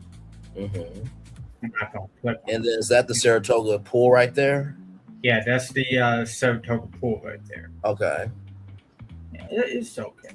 And Do you maybe think that if they all connected Typhoon Lagoon to Saratoga Springs, do you think a name change would be appropriate? Like instead of Typhoon Lagoon, it'd be Typhoon Springs? No. I don't think. I think it's too integral at this point. Got too many springs, man. I mean, I do get where you're coming from, right? Because when I did Pleasure Springs, right, that was combined Pleasure Island and Disney Springs. So I do get right here. Yes, but Pleasure Springs is at Disney Springs, so you just make it the Pleasure Springs of Disney Springs. So yes, it's an incredible name, by the way. Thank you. I mean, that was like we talked about. That was a happy accident because I believe. I was actually thinking if you changed this instead of Disney Springs, you called it Disney Pleasure Springs, but maybe that's too. Yeah. Yeah, and I that's the funny thing in Brainland was getting to was like I accidentally slipped up and said like Pleasure Springs, and that's all I needed. We're saying Disney Springs. I said Pleasure Springs instead because we were talking about Disney Springs and Pleasure Springs in the same sentence, randomly, and like, oops, well, that's a happy accident. So great things, great inventions happen by a happy accident. So, but is your Pleasure Springs idea? Is it a new free area or is it like paid? I think it's free. Good question. Now we know that Pleasure Island was free, but at 8:00 in order to get into the clubs, you had to pay a cover charge, right? And I believe Downtown Disney West Side was free, if I'm not mistaken. So Pleasure Springs would be free, just like it is now for Disney Springs. But, for the main 4 restaurants and stuff like that, you will have to pay. So I do believe it will be free. Because since Pleasure Springs if Pleasure Springs was built, it would be so right across from Typhoon Lagoon. So even if you had like some components of it, like certain experiences, that was like a charge or something, then you could create like this package, like a water park, Typhoon Lagoon package that includes an experience at Pleasure Springs. You know what's funny about that? And you know what? You could have the water park during the day, and then after the evening, you cap off your evening at Pleasure Springs with whatever it is. You know what's funny? That Walt Disney intro I play every time? They had the water park and more option as an option for your ticket. So imagine if, to your point, if they renamed Saratoga Springs Resort and Spa to Typhoon Lagoon Springs Resort and Spa, and you had extra magic hours at Pleasure Springs and extra magic hours at Typhoon Lagoon,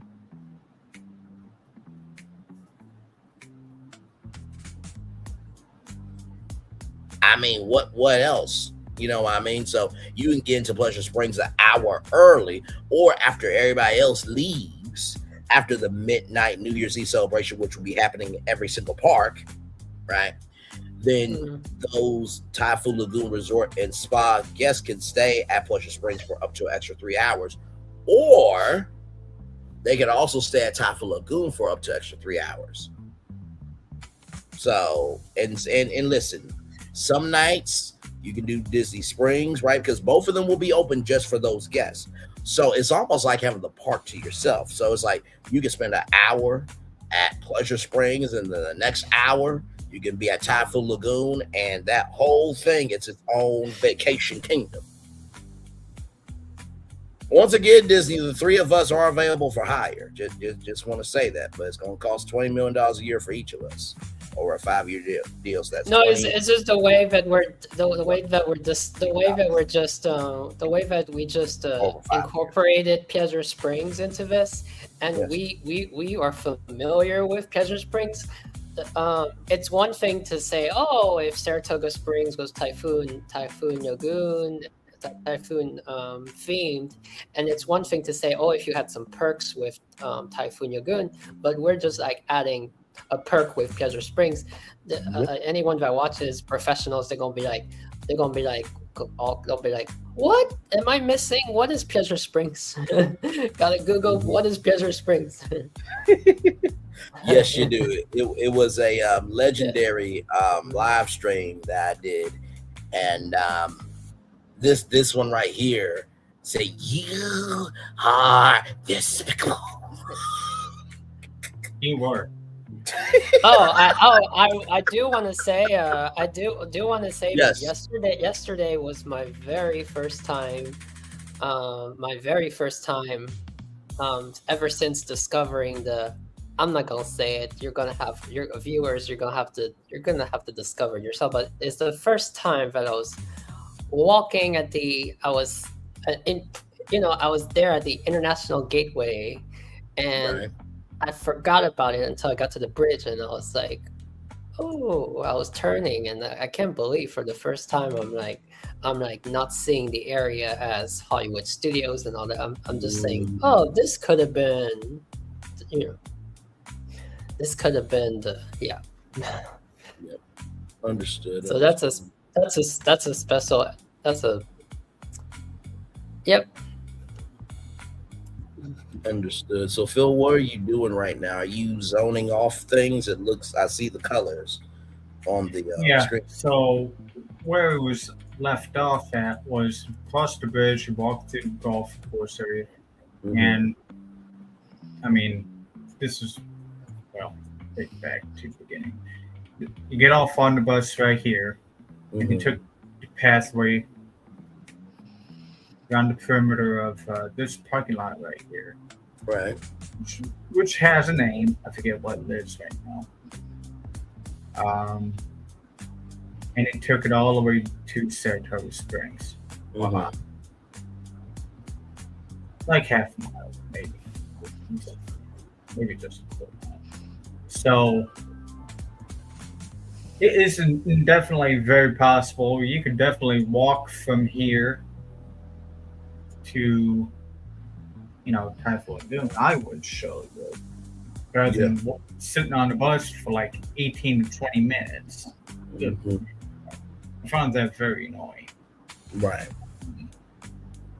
Yeah, and then these days, if you want to go to Typhoon Lagoon, you gotta sit on the same bus as Disney Springs guests, and then you gotta go to Disney Springs, and then you gotta transfer. You gotta transfer to another bus at Disney Springs.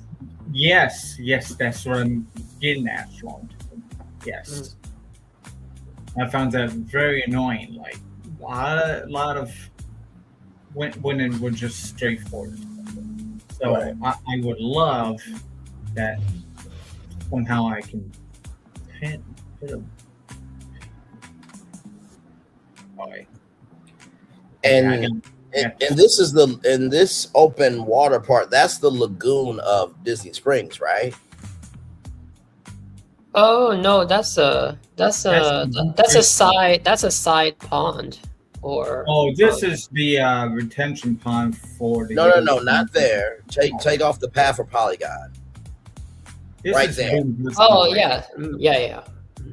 This is Boone So is there a way that there could be like a mini boat to go to Saratoga Springs and then bring you to here so you can get to Typhoon? Yeah. Oh, but actually, yes. There's a station, but they don't use it. Here's a station for Saratoga Springs. Then you got a station for Old Key West over here. Right here. Right. And it's also connected to Port Orleans on the Segula River, which is up here. Oh, God. No, I think Brian was asking if there's a station how close there's a station to Typhoon Lagoon, and the closest would be that station where Cirque du Soleil is, but they don't use it. They don't use it right now. They don't use it. Right there, the House of Views there, right here. Yeah, I saw it used once.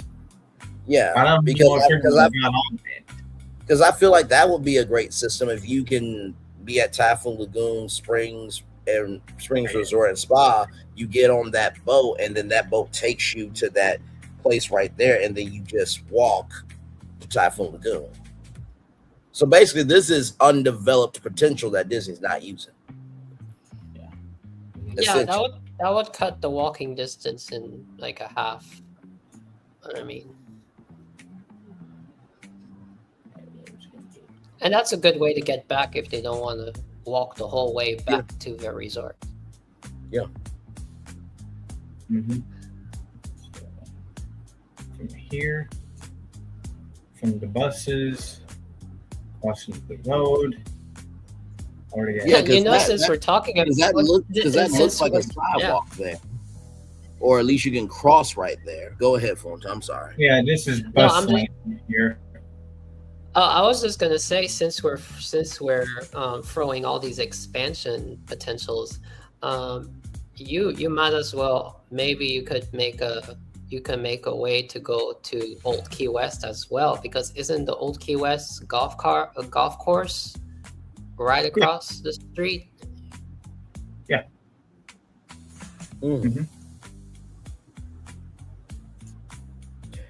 Now I wanna bring nearly over half a mile walk to Disney's Typhoon Lagoon Park. I have another idea. Oh my gosh. Okay, go ahead. It's funny. It is so funny. You know how you take a gondola skyliner to go skiing? Well, it would. You know what would have been amazing if where Typhoon Lagoon is, if Blizzard Beach was instead of Typhoon Lagoon. You know what I would have done? But you can still do it with Toon Lagoon as well. But imagine if that was Blizzard Beach. I would build a gondola skyliner that goes from there to back to Disney Springs. Okay, I get what you mean. Because it would, I'm bringing Blizzard Beach because it would have been as if you're taking a gondola to the to the Snow Mountain Peak. Just like the gondolas that they used to have at Disneyland. I get what you mean. Now I want to ask this very quickly because I think it was you or Florentine, one of you just talked about Port Orleans, right? If you stayed at Port Orleans, right, and got on a boat from there all the way to Saratoga Springs and then walk Typhoon Lagoon, could that be feasibly possible? Oh yeah. Okay. So if you stayed at Port Orleans, you also get perks to Typhoon Lagoon and Disney Springs. Sure. Yeah, and if they use that station that they're not using, that's right here. Man, I swear to God, Disney. See this. Oh my God. Yeah, it counts for Port Orleans, Riverside, and French Quarter, and even Old Key West. Do you not know how many more people? Oh, and the Treehouse Villa, the Treehouse Villas. Yes. Do you not know how many You have more all people? these. Do you not know how many more people will book their stays at those hotels on that side if they got 3 extra hours at Typhoon Lagoon and Pleasure Springs and that area? Dog, I'll be set every Disney vacation. I don't mind the long trip back because I'm going to be chilling out at Water Park or in the entertainment district at night. So I'm good. So here's my question, Phil. I don't know. Here's my question. I understand if you go from like another resort from far away, like let's say for example, All-Star Resorts, and then you got to take the bus to Disney Springs and transfer to go to Typhoon Lagoon. If you're staying, for example, you're staying at Saratoga Springs, and you want to go to Typhoon Lagoon, is there a bus from Saratoga Springs? You got to go to Disney Springs, and then you got to transfer at Disney Springs to another bus to go to Typhoon Lagoon. When Saratoga Springs is it's just when Brian just said Saratoga Springs is just like one boat away and one boat away from. Essentially. Yeah, you take the bus to Disney Springs, and then you get off the bus and transfer to the Typhoon Lagoon bus. Yeah, so we're just trying to find new ways to navigate people. And I found it very annoying without having it used to be like 5-6 minutes. Turns out to be almost a half hour. Say that one more time. I went from. I remember it used to be just like 6 minutes to get to Typhoon Lagoon before we had the traffic pattern, for controlling the traffic. It tripled in time to get to Typhoon Lagoon. Now it's like 20 minutes. Gotcha. Or at worst, half hour. Understood. I found it very annoying. I would imagine so, especially if and also the same goes for going back to the resort.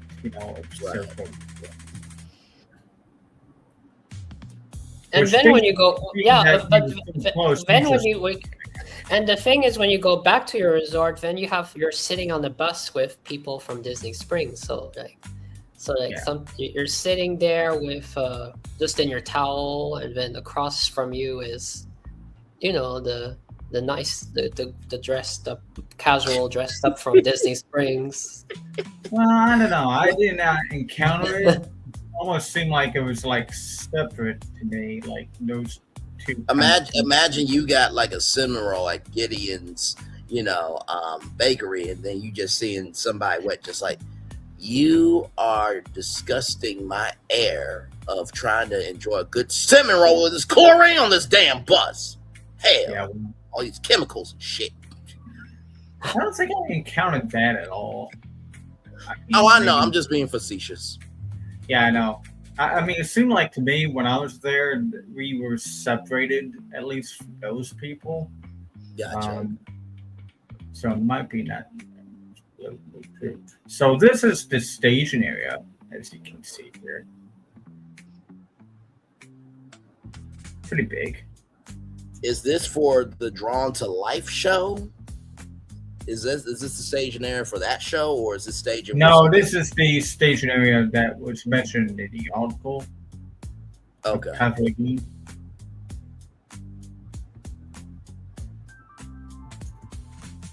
And there is a lot you can do with that land. That's some decent land. Yeah, and here's Crushing Gusher. Oh my God! It's not even. It's stone thrown away. Yeah. Even though I don't recall ever seeing past the trees up here. Is there room to build a resort? Is there room to build a resort? What if you build a resort kind of like they did Cabana Bay with Volcano Bay? I mean, that's a pretty decent sized resort. I mean, you would have to build a mini resort like Disney Hotel or something. 5 acres, but I extended it to connect to the Shark Reef area. That would be cool if they. That would be cool if they did a resort they did a resort vet. This is more backstage. It would connect Typhoon Lagoon on one side, and it would connect Disney Springs on the other side. But the whole time you can walk indoors because it's a resort. So Fullerton, just to let you know, Cabana Bay Resort spans approximately 40 acres of land. Yeah. I'm not saying the size of Cabana Bay. Cabana Bay is ginormous. I don't know what you're going to build on like 5 acre land.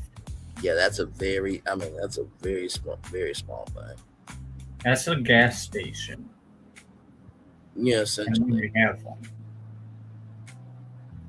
Well, we don't have a gas station there. I mean, the only thing you could probably do, the Fort Wilderness cabins. Maybe if you got some RVs and you theme the inside to like being a tropical paradise. You know what I mean? Yeah, that's the gas station. Yeah, we already got a gas station. Jeez, I think. It looks like nobody goes to that gas station, quite frankly. It looks abandoned. That day. Yeah, there. No disrespect to the workers at that gas station, but it looks abandoned. But there's the cars right there. It's just shade. And also at this time they were building a parking garage over here. So I was about to say it looks like a parking garage of condominiums or something. I don't know if that's the parking garage for employees, cast members, because I think it is. That one is far. That one is far. That one is next to casting building, and it's far out. Yeah, it looks like there's a bridge right there. There is a bridge, but that bridge is only for employers. Right. That's not the bridge. That's the bridge. Yeah, that's the bridge. That's the bridge. And that's another bridge. Yeah. So, yeah. So. Mm-hmm. Yeah, that's a cast member's parking. Yeah. I recall that this was. See, you can build that kind of bridge that goes from Typhoon Lagoon across the street. Yeah. Let's see how long it is. Oh, here's another bridge. It connects to the cast service building and the. I found out this beautiful building you cannot go visit. You cannot visit. I don't know. Maybe the exterior. But... I'm assuming because it says Mickey's Fitness Center, so I'm assuming this is where cast members go work out. I think that's all for all services for cast members. Okay. This is all a bunch of offices here. I don't know if you go there if you want to try to get yourself hired. I think this is where you show up for your interview. Okay. I just wondered if that was years. It would have been cool. This building, they did the exterior kind of like in California, the big giant building. Oh, the animation building. Yeah, with all the statues of the 7 dwarfs. Yes. Huh. So.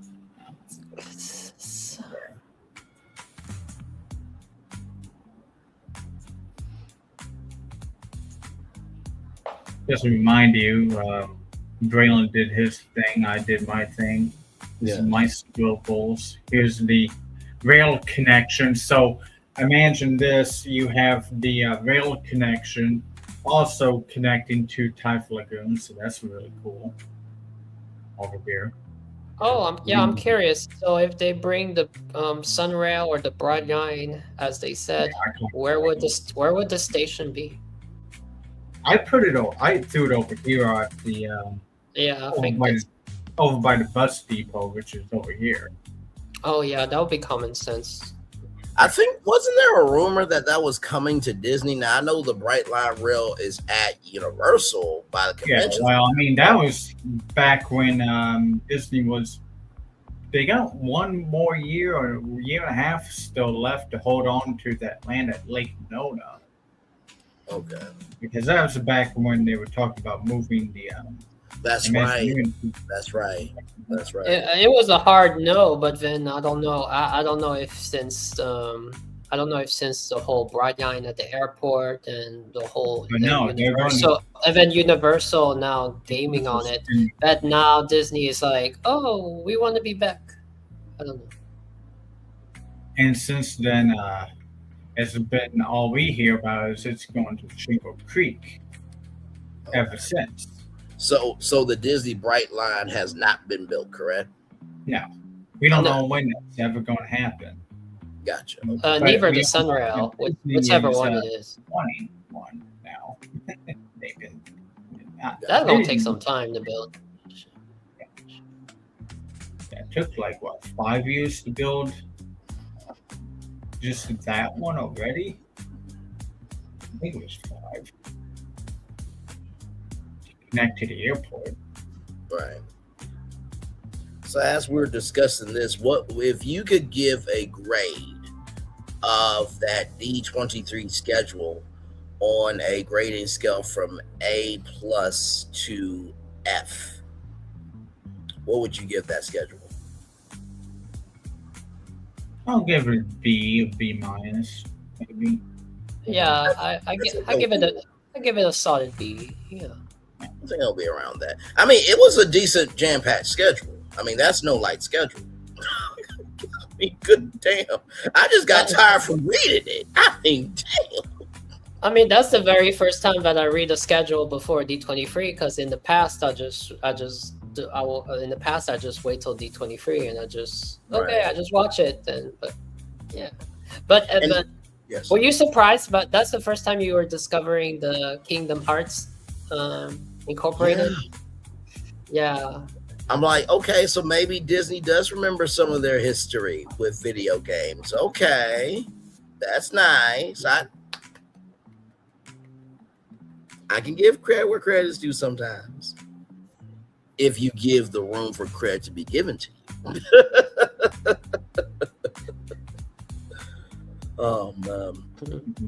Kingdom Hearts. We're not building one. We're building 2.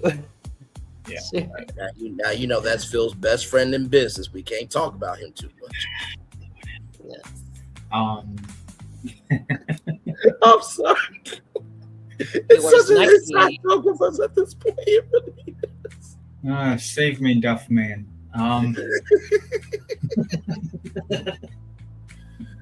And like I said, with the Fandango thing, I mean, it's a side story, but I thought it was interesting that Fandango is switching from just a movie ticket company to a media company, where they're going to try to expand as a reservoir for content. And y'all know licensing is huge when it comes to content. And if Disney could, figure out a new revenue for income by producing some, new shows for the Fandango streaming service, then that could also help, the parks and everything else. Because like I said before, 70% of the whole company's revenue is the parks. Like that beats movies, TV, live events, everything. So you're telling me if Iger has a press event that he needed?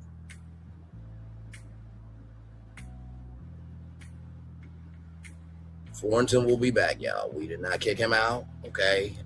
Listen, we'll be right back after these messages. Yes. So he will be back. So he was in Walk Bridge.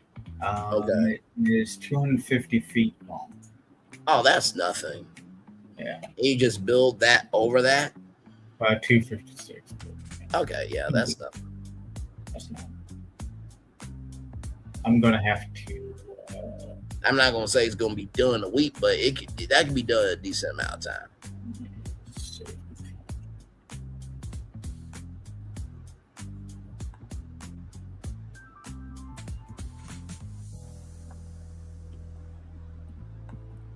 I was about to say your device is not connected, Florentin. So as soon as you connect it.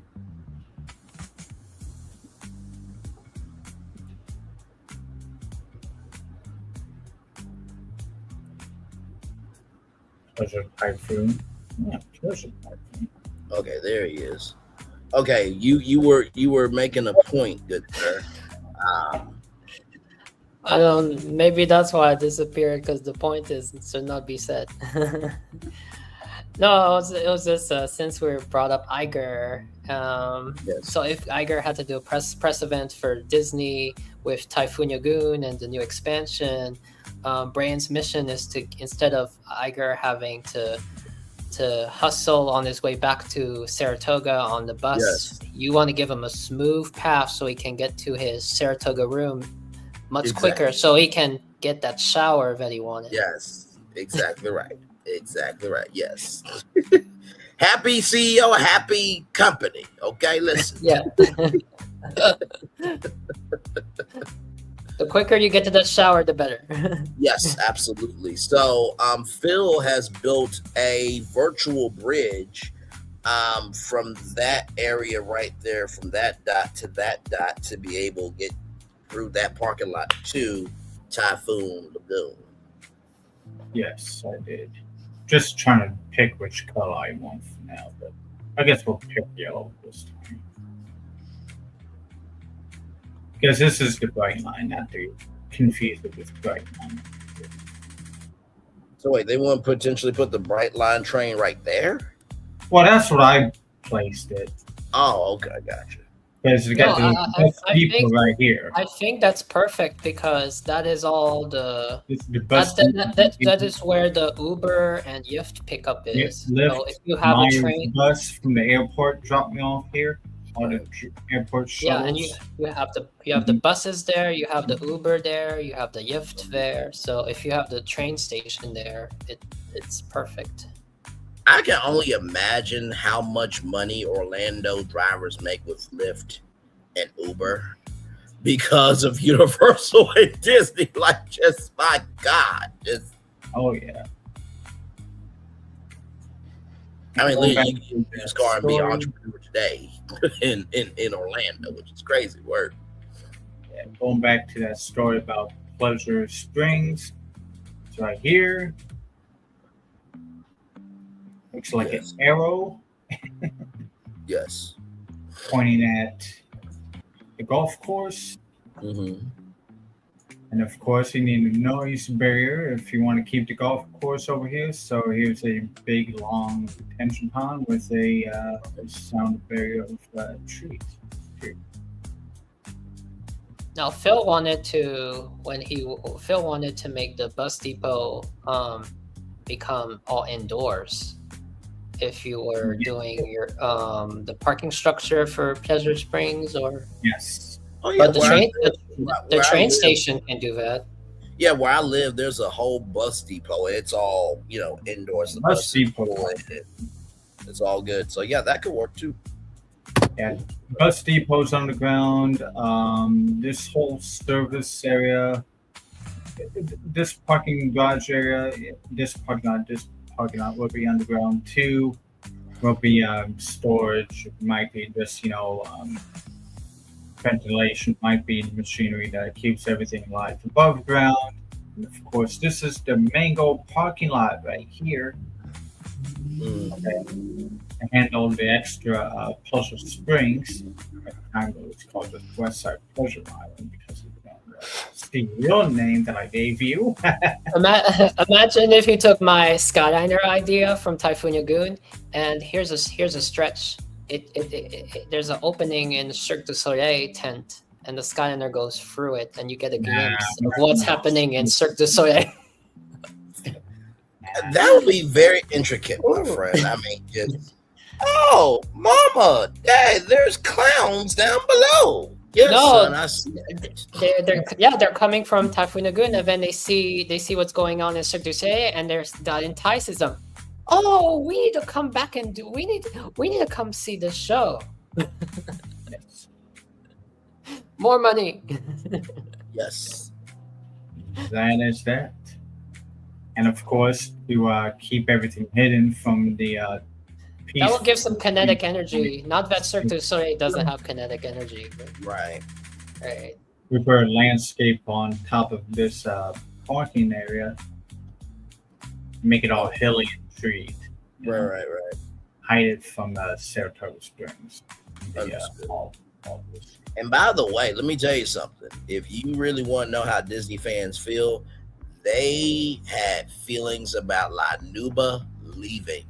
Okay? They had some strong feelings because that was their Since Pleasure Island. But from what I hear, Drawn to Life is a really good show.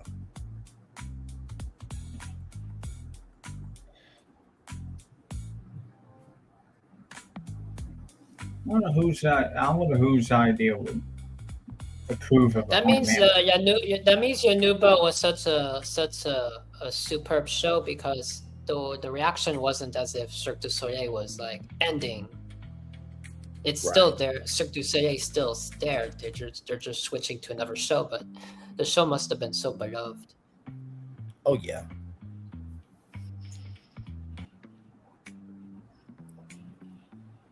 Do you see her hitting Mickey, Thornton? I think so. You do? Yeah. Yep, they're on. Is that water?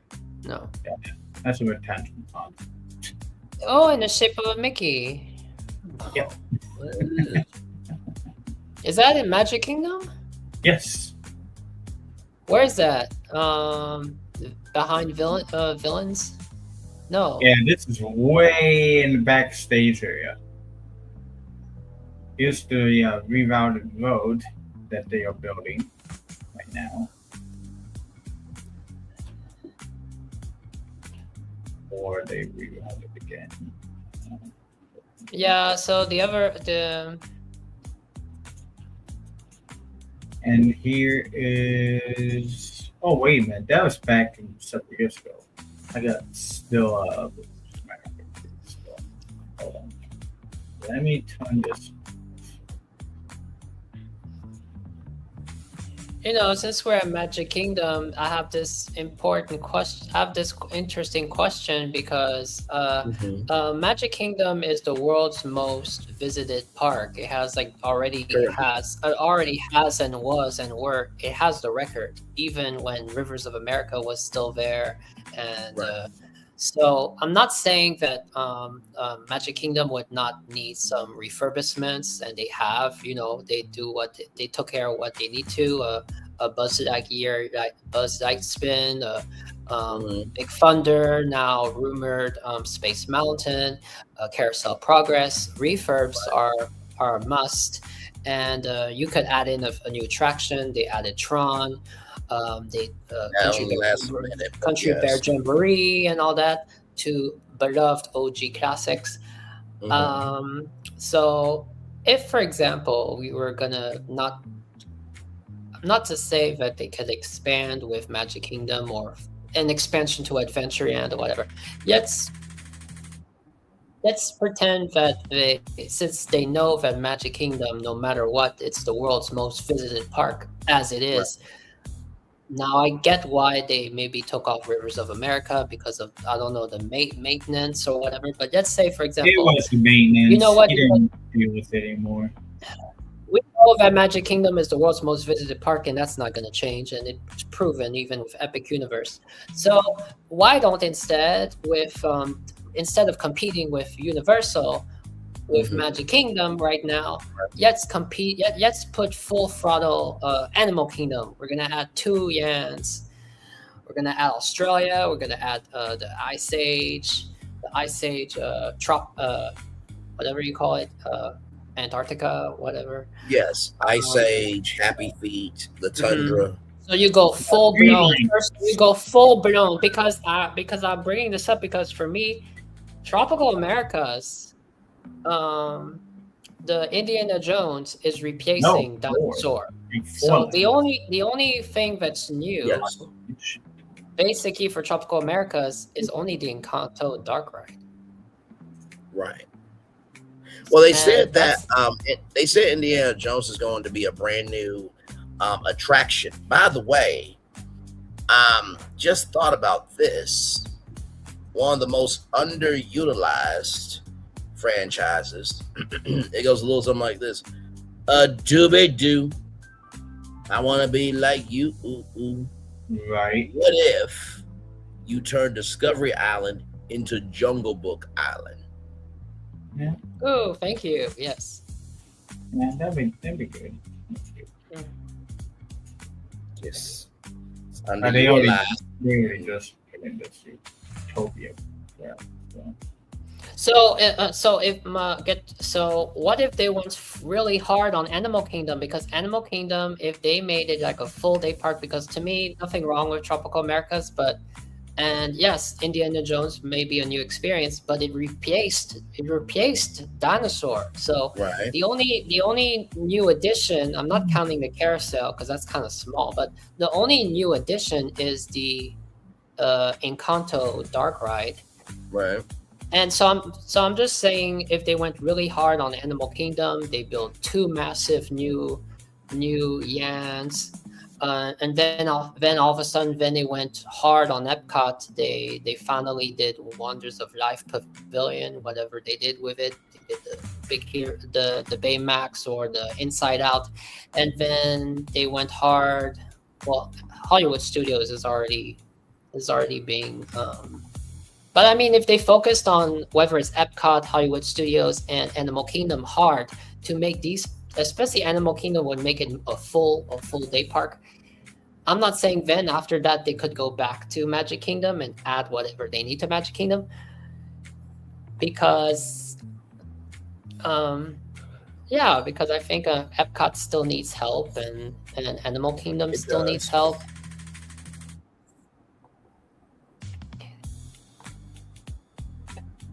I don't know if doing that would have been more groundbreaking than. I understand they're doing the villains thing, but.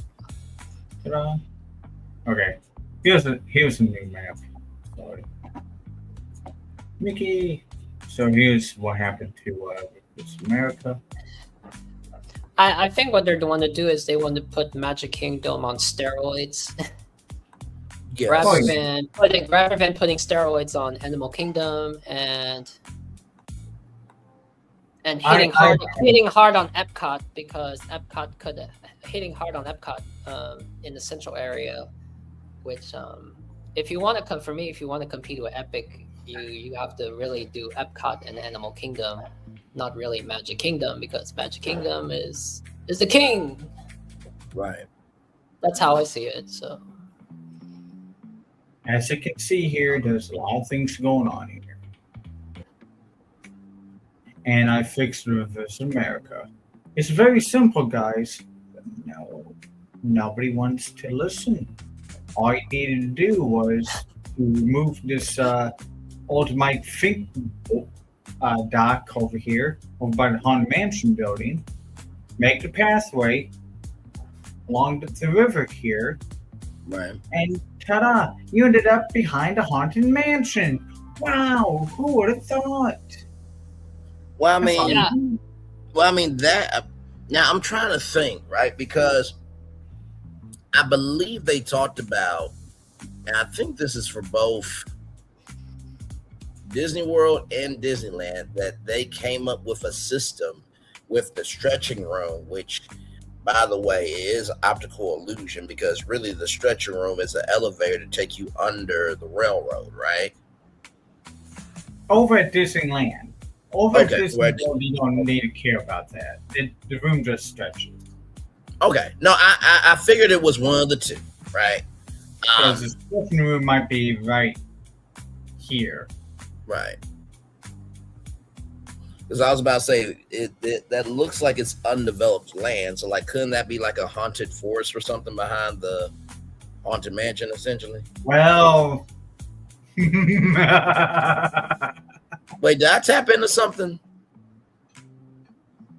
Men in Black are going to come to your house, Brian. Oh, shit. I did tap into something. Fuck. Well, I mean, that's just what I do, so. Hey, I was asking Thornton this. Yes. And I found a guy who was talking about this at the beginning of the year, back in January. Now, yes, it's been very quiet since January about the Haunted Mansion restaurant. We could watch that. I know exactly who you're talking about. DSNY Newscast has been very 10 toes down in that. For those of you who don't know, DSNY Newscast is one of the big. It's exactly in this spot right here. Yes, is one of the big content creators in the sector, and the reason why he believes that to be the case because the Haunted Mansion Parlor is doing so well on the Disney Cruise Line. When did he upload that video? I think it was 2 days ago. I don't know. It wasn't pretty recent. He uploaded too long ago. And by the way, to compensate National Treasure Island, I had to make the island, all understood. So I wanted to bring this up too. Probably at Disney also has a little something on that as well. So let me get DSNY Newscast up as well. You can drop. You can drop. I'll drop there. Okay, hang on. Can you imagine if we had Jack from DSNY Newscast and we had a conversation about like the Epcot resort? Bro, I think DSNY would be like, well, you all have been here the whole time. Really? Maybe it gives him a chance to like share his like visionary Imagineering side, but I don't know if Now, just asking you, did you see the brown line and the blue line and the black line also on my screen underneath all the yellow boxes that I showed you? I believe so, yes. Yeah, I had yesterday or last few days, I've been working behind the Haunted Mansion area. Okay, Men in Black are going to visit your house, I promise you. And one way or another. But I also said to myself, but it's not going to be all just dedicated to that too. Right.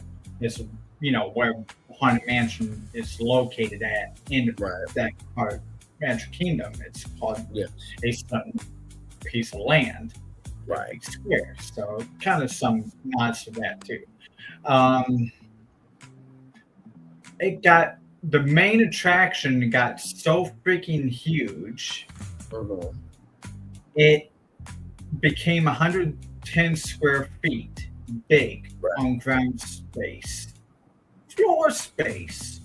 It's taking up 110 square acres. You know how much that is?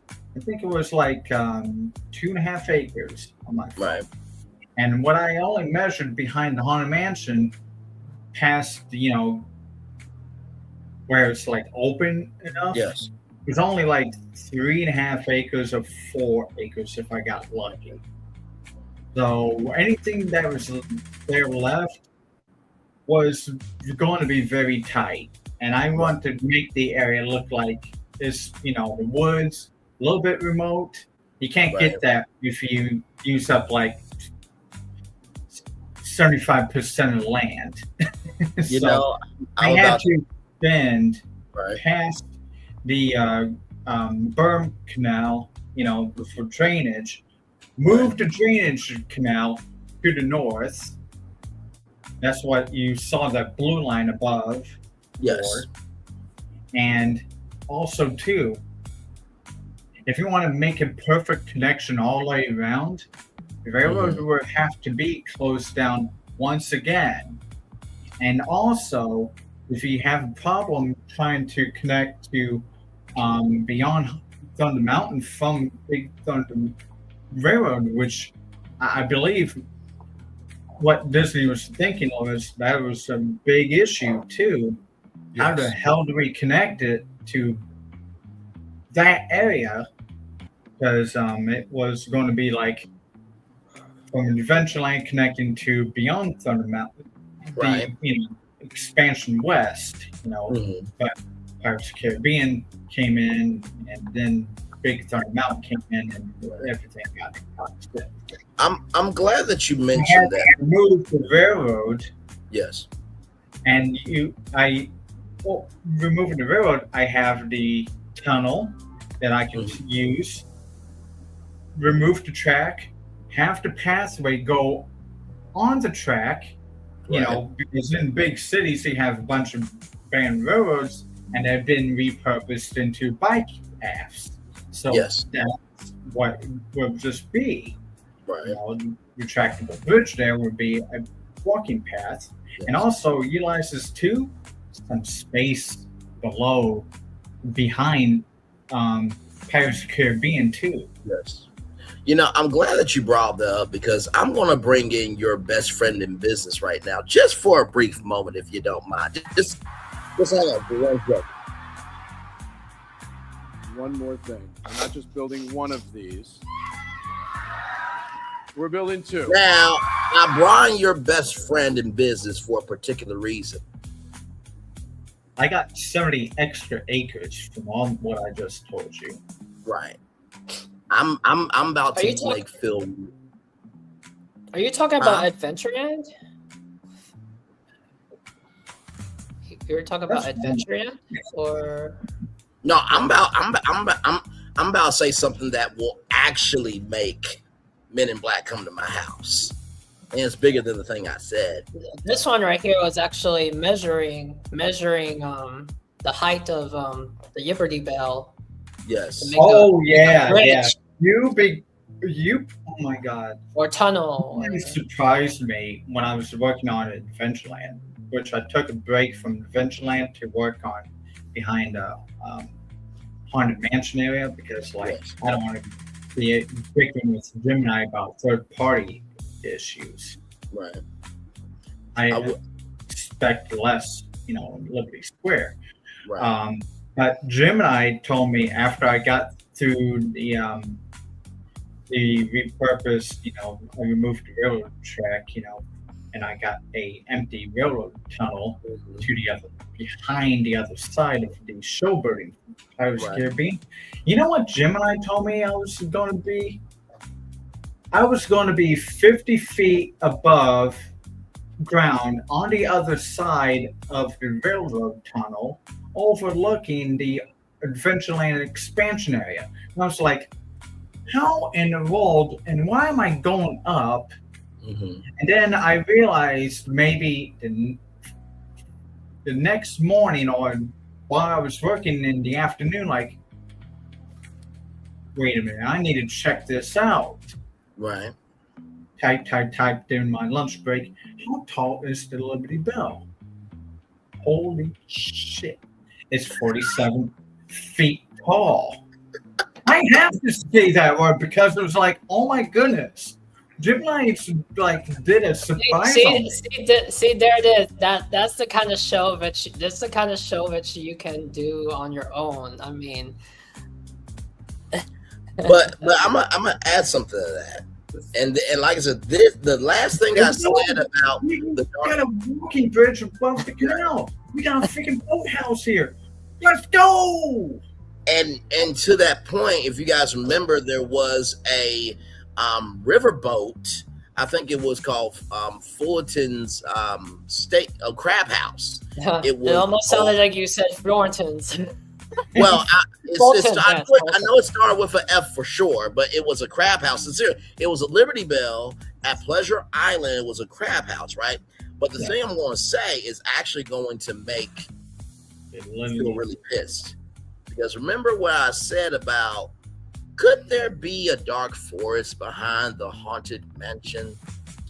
I wonder if after your experience at the haunted mansion, if the inside could have, like, the windows have a live picture of inside the haunted mansion, like the Blue Bayou restaurant in Disneyland that goes through the Pirates of the Caribbean. Now Men in Black is banging on my door, you see. Yes. I didn't think about that part, but you will I mean, Thornton knows about this because I shared it to him. I was kind of curious about, like, okay, what is the lore storyline to the Liberty Square Haunted Mansion? Yes. Well, this guy who was the mayor of Liberty Square, let's just say, for example, built the mansion. Locals told him, as you know, as the story goes. Ferry boat captain told us all the many times on Liberty Bell, you know, narration wise, like the locals told him, or locals say that this house was built on an Indian burial ground. Yes. And the locals warned him, and he built it anyways. In the lore, he lost his freaking ever living mind, you know, because he had to build it by himself because all of his construction workers were either getting hurt very badly or just getting, you know, because of, you know, building on sacred grounds. Yes. So I threw a mausoleum to that first owner out in the middle of the woods. I don't think it's going to be accessible to anybody, you know, of us, but it's going to be sit on top of a hill. And so it will be more of a decorative thing, if nothing else. It might be. It might be. Understood. Well, I do have something for you all. This is Disney. Yes. Or funny thing is that I got this land. Remember I have tunnels from National Treasure Island? Yes. It always talked about going to the Haunted Mansion. So it could pop up at the restaurant there, or if I want to use the mausoleum there, it pop out of the mausoleum. Understood. So this is probably at Disney, and she says Haunted Mansion Mystery Project. Let's hear what she has to say about this. Here we go. This Liberty Square structure, which has long served as part of the extended queue for the Haunted Mansion and is literally in the crosshairs of how Disney is going to connect this new land to the park, it's not being removed, it's not being demoed. Instead, Disney seems to be adding on to it. From what we can tell from these photos, it appears Disney has been working on part of the structure that faces out into Piston Peak. And there's even what looks like will eventually be a window. By the way, for those of you who don't know, that is a gift shop, home of Madame Leota. Okay, so just wanted to bring that to your attention. Let's continue.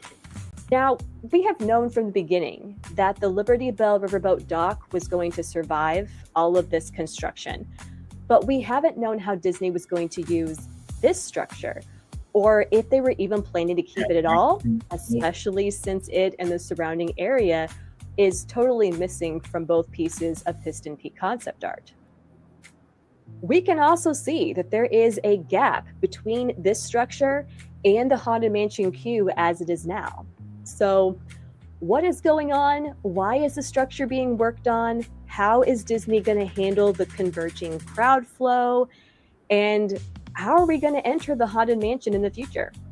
Your guess is as good as mine for the moment. And if you do have theories, please do share them in the comments. But I wanted to show you today that if it wasn't obvious already, this area of Liberty Square is the spot to watch as Piston Peak construction continues to move forward. And given how fast things are changing, we are likely to learn something sooner than later just from the construction site alone, not counting D23 in just a few weeks. And the same may actually go for Villains Land, which from BioReconstruct's footage is also showing signs of future landmarks and attraction footprints.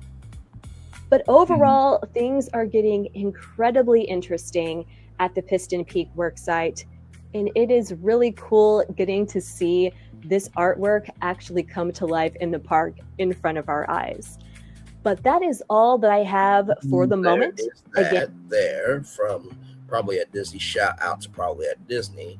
And then here is DSNY Newscast talking about the Haunted Mansion potential restaurant or parlor expansion. By the way, I just want to mention this. A prediction that Inside Out or Baymax could anchor a new health-focused experience. Okay, so listen, if you listen to us, DSNY Newscast, you're more than welcome to come on. You know, I don't present Holly anything of my stuff ever, but I got one and I got that. So let's listen to DSNY Newscast talking about the Haunted Mansion potential restaurant or parlor expansion. Here we go. Within Magic Kingdom, I've said this for many, many years now. I will put it out there again. This is kind of my prediction. I'll just pull it out and just say this is another year I'm going to say it. Haunted Mansion restaurant or Haunted Mansion parlor at the Magic Kingdom. After the success of Beacon Bell last year, I think Haunted Mansion parlor being very successful on now 2 cruise ships, the Treasure and the Destiny, I think that would make perfect sense to put it in the Magic Kingdom, have it be a larger scale Haunted Mansion parlor or restaurant, and you can make a lot of money from something like that. And with all the work that they're doing now within Rivers America for Piston Peak National Park and Villains Land, that whole area is a construction zone anyway. You could easily build something to the side of Haunted Mansion, and there is a spot to the side of Haunted Mansion that has been land cleared, but we'll see what happens with that. There's a building close by in the permits, but that could be alluding to something else altogether. So we'll see what happens, but I would love them to announce a Haunted Mansion restaurant or bar. Okay, that spot he highlighted in blue, that is exactly the same spot I chose mine. Which is, let me go back right here. But we'll see what happens with that. There's a building close right here, right? This blue right there. Yeah. Mm-hmm. Yeah, exactly. And by the way, Disney, buying the permits. By the way, Disney, I will that say could be alluding to something else altogether. So we'll see what happens. But I would love them to announce a Haunted Mansion. The fact that those ghosts are playing, I'm gonna be with Florentin on this. It seems like the cruise lines are getting more technology in the international parks than the domestic parks. I mean, sincerely, could you imagine a ghost orchestra playing at the Haunted Mansion restaurant during your dinner? That'd be great. Sign me up. You know, I listen. I give the suggestion, but I'm not going. You know, because Who wins between Beacon Bell? Well, the ghosts will cook and fillet that parrot every day. You know, I mean that it's a nice setup inside there too. But this is very good. Yeah. Do you guys think that when it comes to IP, that they do a better job overseas than in the domestic parks? Oh, yeah. Or it yeah. depends? Without question. I mean, without a question for Japan. No, it seems like the international parks overall get more love. I mean, we just saw 4 ghosts playing instruments on a cruise ship. Now here's something to throw, since we're talking about international versus domestic. Big Hero 6 in Japan, they have a Big Hero 6. They have Baymax as a spinner. So thinking about the Wonders of Life Pavilion having Baymax as which we have talked about. Which would be maybe it depends, because maybe in Epcot in Wonders of Life it could be an experience, it could be a show. So we're not saying that it'll be a ride or attraction. I find it so fascinating that everyone is talking about the Wonders of Life for Big Hero 6, Baymax, or Inside Out, because since the beginning, when we were doing the whole Epcot resort and everything, that was Phil was 100% on the Wonders of Life, and that is a concept that we've been brainstorming in our dreams. Inside Out or Baymax, because it's common sense. And you could bring back bring back Cranium Command with Riley being the star, right? And then Betamax going into Riley to save Riley. So you can do those two, franchises in one thing if you really wanted to. You know what I mean? So there's a lot of room that Disney has. A lot of room for sure. I mean, you all got real in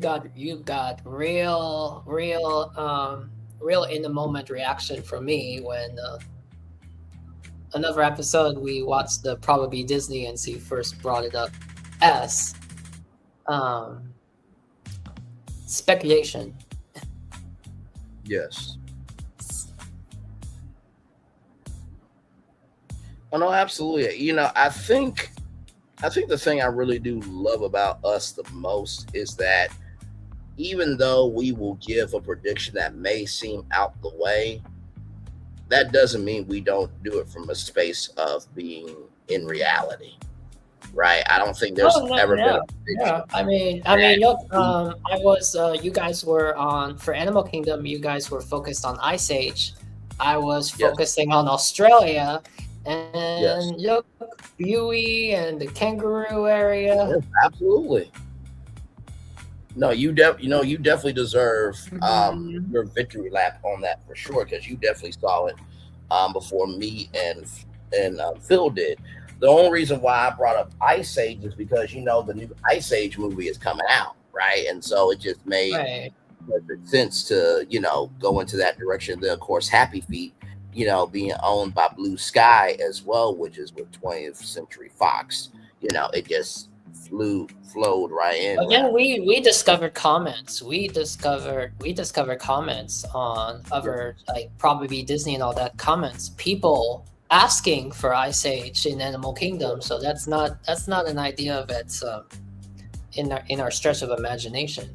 No, and that is the thing that I will say about us that I'm very proud of, is that anytime that we bring each other, some information to potentially make alive, we always think about, okay, do we have the energy to do this? But more than that, is it based in the realm of reality where this could actually happen? And I don't think anything we've ever pitched is something that could not ever happen. There's a video from Ayesha Stellar, and I showed it to Phil. He watched it at the moment. It was Ayesha Stellar's Theme Park Stop podcast, and she got some sources. She got some intel that they said that for the future, we don't know when is the future, but some sources, and it's not a surprise that there would be, because of the new train connection as a hub would bring a new City Walk entertainment dining hub. So being able to hear that is not as close to is one step closer. No, it is, because we have talked about that. I mean, hell, I think in my concept, it was a train to get to, City Walk 2.0. It was an electric tram that constantly was moving. You can drop yourself off and put yourself back on. So, yeah, that's not too crazy. If Alicia Stella said it, I believe it. I mean, that's just the has sources. And also, too, I do want to say this, right? Remember when we did Disney Mountain? Shout out to Mickey Mouse, of course. And Tom, he had some information on Disney, and he sat with it for a while. I think Thornton may have brought it up of I think Thornton brought it up of why is he sitting on this information? I'm just like, well, here's the thing. It's one thing to do what BFP Imagineering does, right, with public information. Tom had actual information from Walt Disney Imagineering. And their intellectual property is the closest people's government we have. right? It's almost like if you stole something from the White House or from a Smithsonian, like, you know, Ben Gates stole the Declaration of Independence, you know, which you know, that was a movie. Don't do that in real life. You will be arrested. You will not have a life after that. You're good. If that really happens, you're gonna have a Brains virtual 24-hour megaphone. Yes, I will have to drag you for at least a decent amount of time for sure. But to that point, Tom having that information was the equivalent of a Declaration of Independence. So of course he couldn't say nothing about that for months until he got the go-ahead from Walt Disney Imagineering. Like, yes, you can now release this to the internet and we will not sue you. So, you know. So yeah, it's layers to this, because we've talked about this before. It's like we have had our moments of saying the quiet part out loud and being very ahead of a lot of things. Okay, I mean, you know, we just talk about it, and then we carry on in our day, and when we carry on on our day, then all of a sudden news articles pop up, and then updates pop up, and then each of us has one times or another said, "See, I told you we're ahead of the game somehow." So. And one of the biggest ones was when that Adobe Firefly, partnership came out. And it's just like, are you serious? Are you fucking kidding me? Are we really doing this shit? Like the thing myself, Florentine, and Phil been doing, Disney now wants to do with rides or attractions. Okay. All right. That's cute. That's real cute. Okay. Oh, yeah. Right. Okay. Not like we've been doing it for a while, And I respect for you that you did that show. No matter how hard it was, you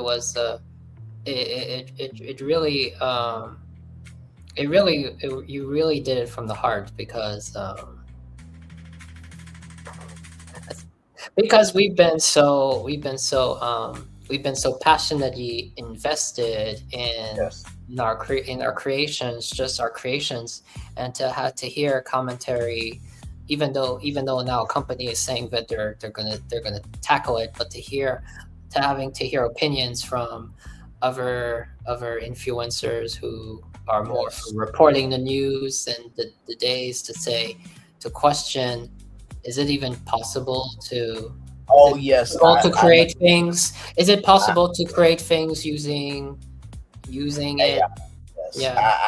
I know which live you're talking about. It is the one that I think it was probably one of the most diabolical thumbnails I've ever done with Ursula. Taking over Capture the Magic video. Do you think that we are the only example? I think we're the only that I have seen. We're the only example out there that. Hang on, let me get myself adjusted. We report on things. We report on things, but then we create things. So. Oh no, absolutely. Like hang on, let me get myself adjusted it real quick, because it is a hot in Ohio. 89 degrees, ladies and gentlemen. But yes, I definitely agree. I think we are the only three in the entire theme park sector, for Disney, for Universal, and for everywhere else. We are the only three that have basically done what Disney is now doing with Adobe. Now, you for Vegas too. Yes. Absolutely yes. Revived a whole city. Which that was an undertaking by its damn self. That was like making Epcot a reality. Okay? And all I did was just partner brands and hotels, which that did take some work. Okay, because I had to figure out what the hotel And I thought was. I thought you had a mission to go through every single resort. I thought we didn't get to Caesar's Palace yet. We didn't get to. I thought there was gonna be a part 2, and then. Well, you know, with Caesar's I know Palace, it's a with bold Caesar's- undertaking. I'm trying to think with Caesar's Palace. I think I had Halo Top ice cream because you know Caesar's is gold, and then Halo Top has the gold tops. But then I thought about like, what about the golden torch of possibility? When you put that torch on, you know, to ignite the night. I thought that could be great too. So some of those hotels just needed a little tweak like that, and then some of them needed like the Jumanji Luxor, which I have to say, I think was probably one of the best hotels out of all those hotels that I created. I mean, just my God. And it's crazy too, because you know that white light that the Luxor has, they're actually testing different colors now. Yeah, I read about that. They're Now, Las Vegas. You know that could change to green, right? Yeah. Do the Jumanji Luxor if you want to. We're gonna have problems, okay? All right. Just say you can just hire me. We can do this very easily, okay? All right. I won't cause no problems with nobody. Took a lot of hard work to do all those hotels. But no, I mean, I feel like the three of us are very humble in what we do because, like I said, and like you said, rather, and Phil as well, there's no other team in the theme park sector on YouTube with what we're doing. To use our good friend Ron E. Bradley's words, I will not traumatize Phil with them, but Phil knows what those words are. Yeah, I know. That's not one.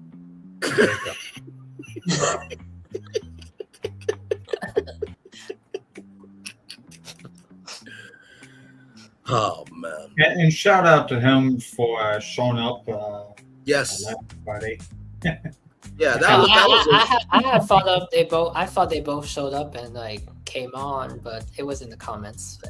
Yeah, that was a cool surprise. Like Ron still knows that I'm out here. That was smooth. I really appreciate that. You know, and like I said, I do wish we were more embraced by the theme park sector. You know what I mean? Because we do have good pitches. Yeah, but I want to say something. Yeah. So in the very beginning, I just had an interest just to pop up one time as a guest on OG55 or one time as a guest on Halo Gelato or one time whatever platform. And it was just a one-time guest to maybe have a moment, talk about something Disney World or something. But you know what? Instead, Brian was the first one, and I believe that it's because of that is something greater. Because of that, we just didn't just report on news, which we could, but we started creating stuff and so yeah. No, you're absolutely right, and I'm glad that the opportunity created itself. And I only say I wish we were more embraced because I feel like La Renee Creole, if she could watch our streams, and that's not to say she doesn't watch us. I mean, she's a very productive woman, of course. And hopefully the job is going well. La Renee Creole, Lee, still, love you very much. Of course, you know that. Gave me a huge opportunity with Resort Recon. Would love to be on it a lot more often. But I could imagine if La Renee Creole watched some of our, live streams of what we do, she would be like, I'm just going to say she will have theme park orgasms for life. Okay. I'm just going to say that right now. Okay. Because we throw some really big swings with our concepts. I feel like you said, DSNY newscast would love us. Mickey Views would love us. But what I mean by that, it was also an open door, because the way we're doing like creating and stuff, and or your dreams and it's like imagination, that if somebody else had their own idea of it, they could come on and wow us. That's why for the one person that we had, it was great to do the interview for this that was animation studio. But then I just got a little excited and say, well, let's have a little moment to talk about Imagineering. But I understand he wanted to keep that show about the studio. So it was an honor to do it. So, yeah. Oh, absolutely. But that's the thing too, is like, if you talk about, animation, you also do have to talk about Imagineering, because animation goes into Imagineering and Imagineering goes into animation. Right. And for anybody, before y'all get upset, okay, orgasm is a word. Like Renee Creole knows that I'm good people, okay? She knows I would never defame her or disrespect her or this, that, and the third, okay? So stop it. Stop it and stop it. But she does get excited about theme parks. And I feel like she really would be like, how did y'all come up with this? It's like, well, I mean, we're not engineer like you, but we engineer a little bit differently. You know what I mean? But hey, in due time, I feel like one of these days one of our streams will be picked up by somebody. They'll just be like, this is amazing. And then I think if it ever were, it would be when we're not paying attention about it. Yep, that's true. Not saying that we're here and come on, something happened. No, yes, we're just here grooving. We're just here chilling. So. Absolutely, and I appreciate that you said that, because I feel like regardless if we are ever embraced or not, we still go on. To use Illuminations. Life goes on, and we really do this because not only do we love theme parks, but we also love just seeing what could be. And I do love the fact that it's a very open concept with us. And if there is any content creator out there in the theme park sector that, you have an Imagineering, Twitch, right? And you want to come on and present something, please do. Like, this is what this platform was created for. It wasn't just for Braylon, Phil, Fortune to present their concepts. It was to showcase that the fans do know something, and the fans deserve to have a voice too. Yeah, it's a way for because like you always mentioned that if there was, why there's not there's a sector for the fans to, or even an expo. Like I went to it was like a market expo, but what if there was like an expo of, you go to an expo to see people's like making posters and stuff, making stuff, but isn't there an expo? Imagine if there was an Imagineering expo for the fandom, and you had a BFP Imagineering booth, and they can see our concepts. Bruh. Man, it would be so amazing. It would be such a talk of the town, because you go to this booth and look what he came up with, and look at her what she came up with, and at the end it would just be the feeling that you will get from that is and you know what, it's so interesting too, because Destination D23 is every even year, and then D23 is every other odd year, right? And my thing is, I kind of wonder why they do that, because it's just like with Comic-Con, it's available every year. So to me, what I would do is keep those things together, but do a D23, fan expo where you have fan panels, fans get interviewed.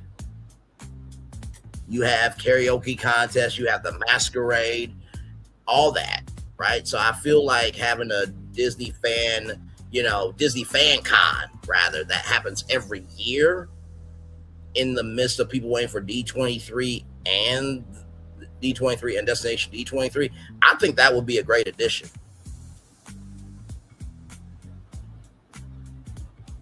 Because if you think about, like Ricky said, you know, D23 is more of the promotion of the company than the fans. Even though that schedule had a lot of fan love to it, this will be strictly dedicated for the fans.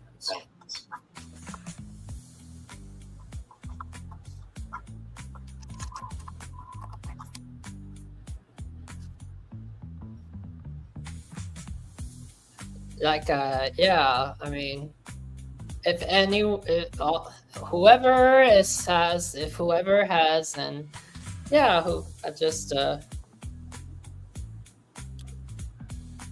mhm. I mean, just amongst us free, like whatever we came up with, like it's cool. I mean, it's cool hearing Phil's measurements of all that. I mean, I'm not. I would never think of like an Adventureland expansion and then it's different heights or and all that. That was a mistake. Purely, I thought on that end, but it was just like you're telling me something I never. What? Good job. That was another happy accident. So yeah. Well, guys, another great live stream. I got one more. We're going to talk about the CW. As you guys know, the CW is a broadcast network. Really doesn't have any clear direction, but I think I have an idea for it. And if you pay attention to me, I usually always kind of tell you what I'm thinking. You just gotta be following the bouncing ball. So I'm gonna read the Daily Motivator and then head on out of here. Any final thoughts before we head out? I think we covered everything. So for those of you who don't know, the schedule is out. The D23 jam-packed schedule. I think we all gave it a B or a B plus. Because that was B minus. We'll say B minus. B minus. Because you guys used to do great things, but you have not really shown it in quite a super long time. That's true. That is true. Otherwise, I would probably give you a B plus or a minus if you were as good as the Imagineers we used to have back in the 2090s. No, I think that's a fair grade. I liked how you did that. I'm giving you a B minus for the schedule because it's a good schedule, but it's more about the energy that you're looking for that would bring that up. You don't have the creators or the people who can build it, Yeah. It's, because when they retire, they're big shoes to fill, and they all practically now all retired, or Universal gobbled them up. Right. Exactly. Because like an Epic Universe, Disney Imagineers built that. Yeah, it is crazy to think about that for sure. Great thoughts, Florentin. What I want to say is, it's kind of ironic every time you showcase the Iger saying we're not building 1 or 2. That was for Galaxy's Edge way back. When was that? Oh, that was way back then. I think for that time, that was a 10 years ago, that clip. 10 years ago? Man. August 16th, 2015, yes. Wow. Well, back then, I think for having 2 Galaxy's Edge, not 1, but 2 on the same US, just on a different coast, that was probably the biggest, I would say that's the biggest D23 moment. And you would think that when they announced the villains and all that, that would have been the biggest thing too. But then when they threw in the Rivers of America was going away, I think that was like I don't know. That was really. I found it very shady how they presented that because they didn't mention no Rivers of America being moved until the next day. Right. Like. Yeah, and then they had us on our. They had us on our toes for the showing for the Monsters Inc. because it two concept art. One concept art showed like animation courtyard, and the other concept art was where Muppets courtyard is. But it was we knew instant that they're gonna go with the Muppets courtyard, and except that one clip art almost looked like they're going to utilize the animation studios. No, they won't. Muppets courtyard. So it's a good sketch. It's a good schedule, but I'll see. It's a good schedule, but is it anything that really excites me, or like I can't wait? Not really. I mean, you guys be excited about the auction. I want the auction items. But I mean, when it comes to this will be the biggest D23, and maybe based on who is there and who is presenting and who is featured for that. But when it comes to parks and all that, I think they're gonna show stuff like more Yixor Lodge, more stuff that we pretty much know. Like I said, I think they don't need. It doesn't change me that the international announcements are going to be the most interesting ones. No, I agree with you. I think that Disney should have been level-headed when they made that trailer, because this is 2026 where fans believe what you say. And when you say it's the biggest one yet, you're talking about seeing rare Disney characters biggest yet energy. We're talking about like a fifth theme park type of energy. We're talking about projects that we've done type energy. You know what I mean? Like when you say biggest one yet, it needs to have an energy like, oh, that only could happen at D23. Like there's someone else who does that is Andy Cohen with Bravo, and he would say this is gonna be the biggest reunion yet.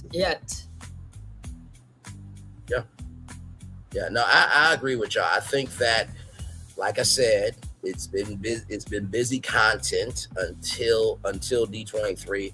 I will say the water park expansion was some big news, and we don't know what's going to be of that, but we got to flesh that out a great deal tonight for sure. Like I said, with Fandango becoming more of a media company, I could see that. I love the fact that they recognize that with 50 million paying, customers, that they can also create content as well. So they're not just staying stagnant, right? And I do believe Disney could use Fandango in terms of maybe, hey, for example, if you live down south and you got a Coca-Cola can, you could take that can to Six Flags. That could be your admission ticket. So imagine, I'm gonna use Frozen 3 here for an example. I know, just go along. Yeah. Oh, you know what? Frozen 3, that's gonna be a big thing because it's gonna. I don't know. Is it gonna be a teaser? Is a teaser gonna come out? Just accept the win that I'm giving right now, okay? I'm just using it as an example to prove the point about Fandango, okay? Don't no. We're not doing this. No. With that said, though, imagine you get your ticket for Frozen 3 from Fandango, and the first million people that get their ticket get into Walt Disney World or Disneyland for free that day. Cross promotion, you see. So potential is there. But Disney don't do that with Frozen 3, okay? Nobody's asking for that. I mean, for our good performance in here, it's asking for that, but it's got to be more than one person to carry on for Disney to do so. So us three been asking for quality from y'all for a while, and we have seen how lovely that's gone. Said no one ever. I'll raise your grade if you do better. Thank you very much. Wait, say that again. I will raise your grades if you do better. Okay, understood. Well, I think that's everything. And of course, all three of us will be here for the D23 Expo. Now, I did want to ask this. Do we want to cover all the announcements, like the movies, TV, or just stick to theme parks? Like, how do y'all want to do it? Because as y'all know, one Disney announcement could influence theme parks, another one could influence merchandise. I have no preference. I mean, remember a week or two ago, we were talking about movie trailers as well, too. Yeah, no, that's very true. Okay, having a hot topic debate about one of the movies that they were going to try to release in November. Right. Okay, we have no opinions about that one. Right. So we'll cover every announcement then. And y'all know BFP and Simpsons, you mentioned Simpsons a lot. Maybe they premiere that one, and maybe they have a clip for Bluey, maybe as well for next year. No, absolutely. So we'll cover all the announcements. And y'all know BFP, we talk about theme parks, we talk about, going back in time. We do a little bit of everything over here. But I think that will be I think that will be our pinnacle, honestly, is this will be the first time we're all covering a D23 together and covering every announcement. And when we mean every announcement, we mean every single announcement. Who knows? Maybe we'll do something with Kingdom of Hearts. Yes, Kingdom Hearts. Something new.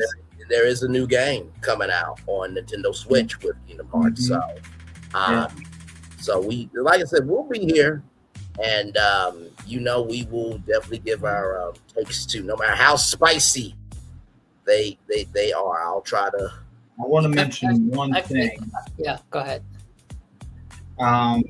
Somebody gave a list of what they would be maybe potentially seeing on Zootopia coming to Disney California Adventure. Yes.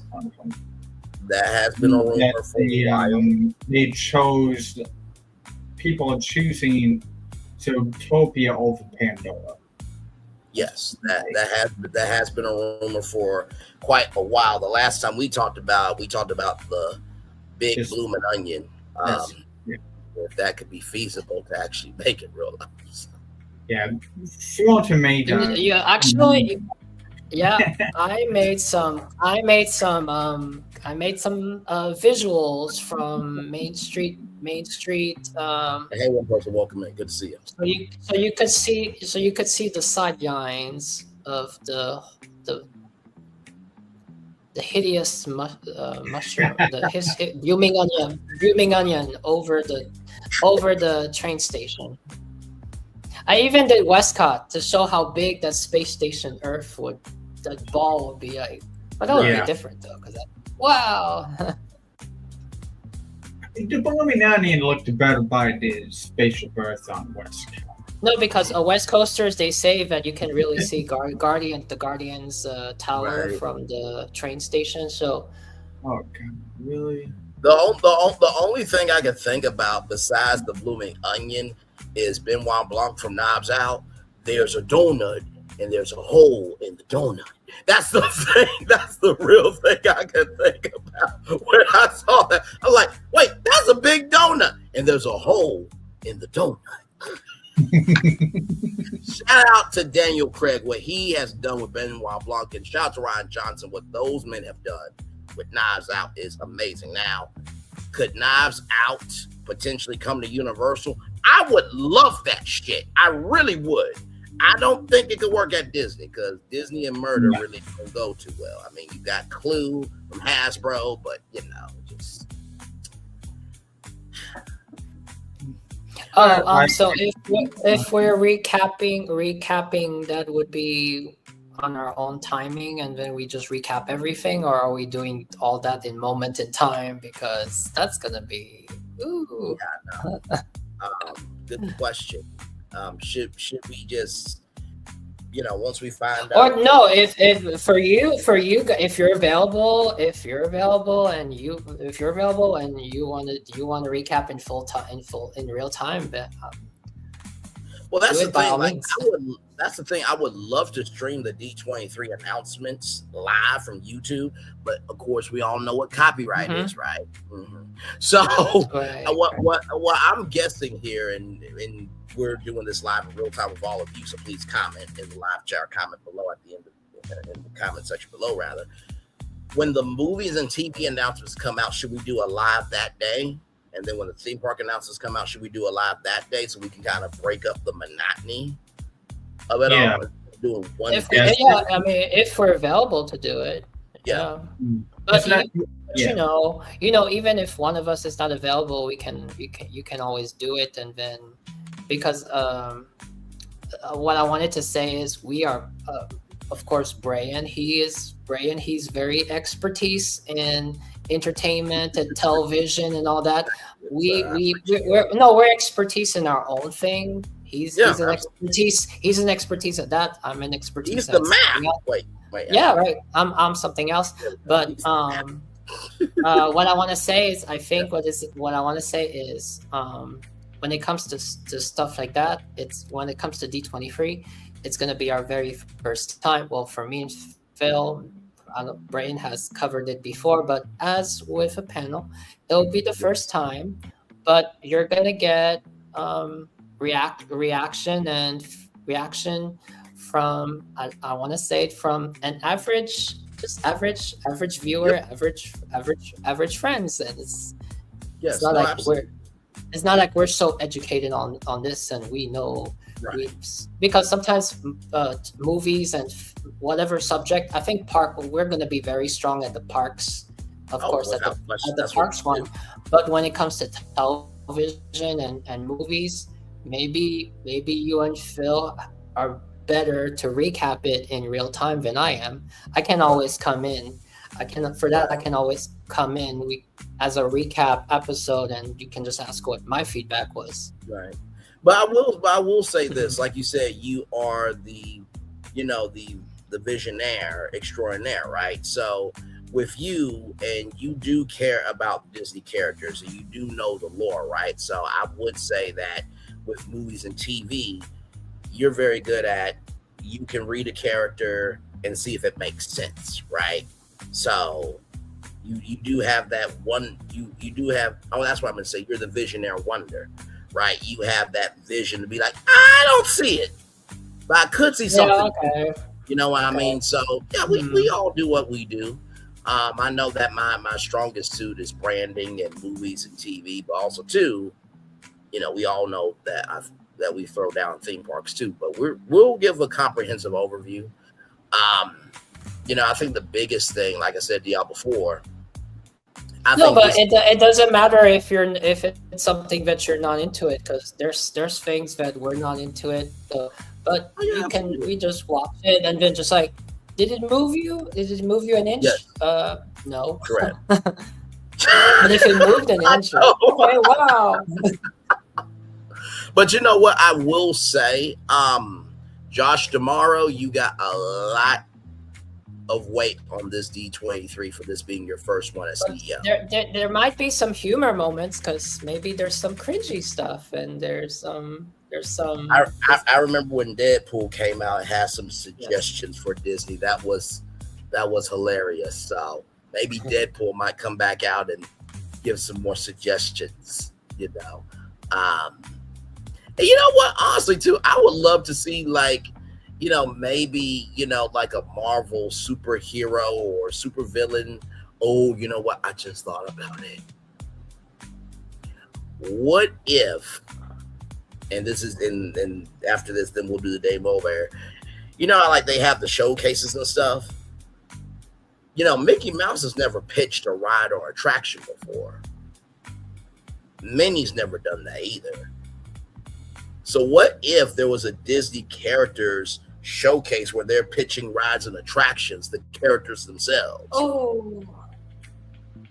It's like, guys, I am Mickey Mouse and I have an idea. And no, it's not Space Mountain 2.0. Fuck you, Braylon. Fuck you, fuck you, fuck you for using my voice, damn it, while I was an adolescent trying to grow up. Now for the rest of you.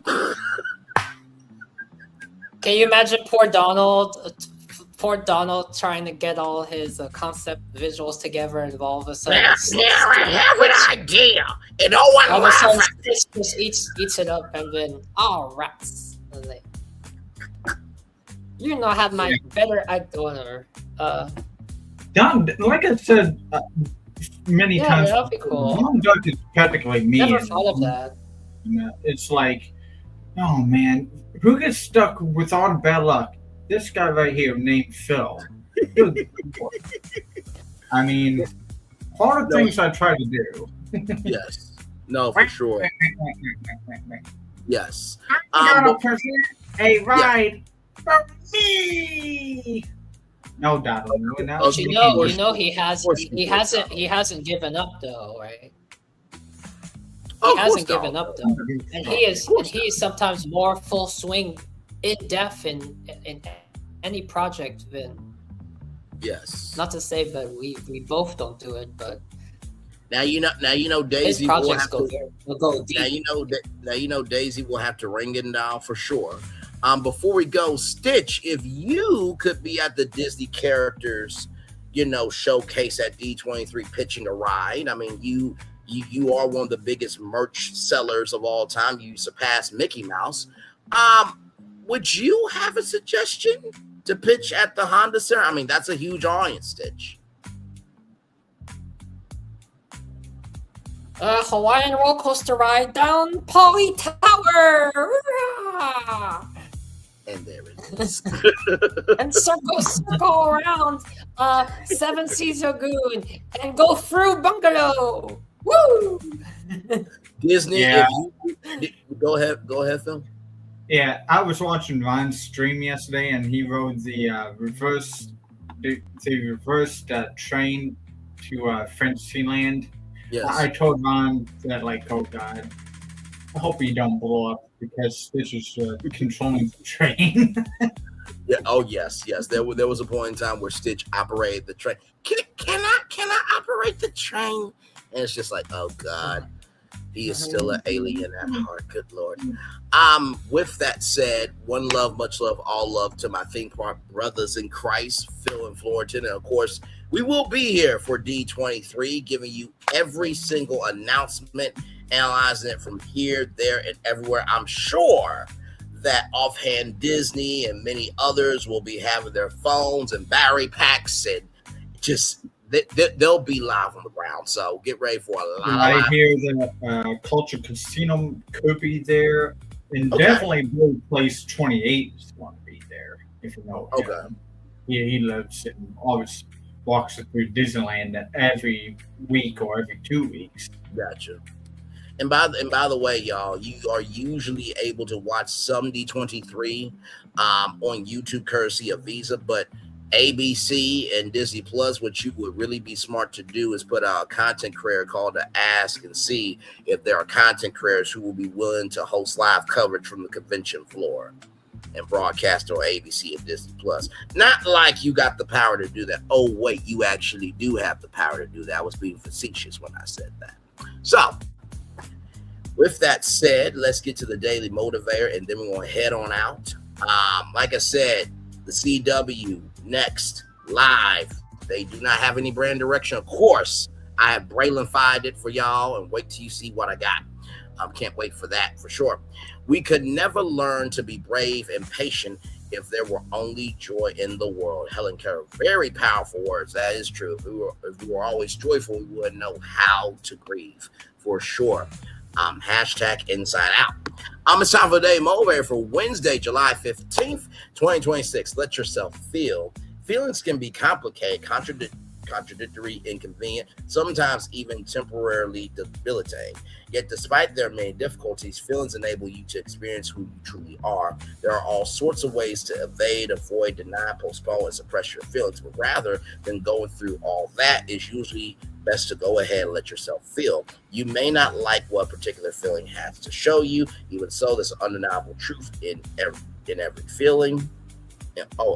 in each feeling, rather, you'll build strength by acknowledging it. Feelings might seem overwhelming in the moment. Nonetheless, you've moved beyond every feeling you've ever had. You can do so again. The feelings you love, the ones you despise, and all those in between arise because you care. And it's a good, empowering thing to care. Let yourself continue to care and let your authentic feelings continue to enrich your life, Ralph Morris. Really, Ralph? You gonna just really do that? Okay, fine. Let's talk about it. Let yourself feel. I think about what we do here. Just saved the D23 on my phone. Say that again?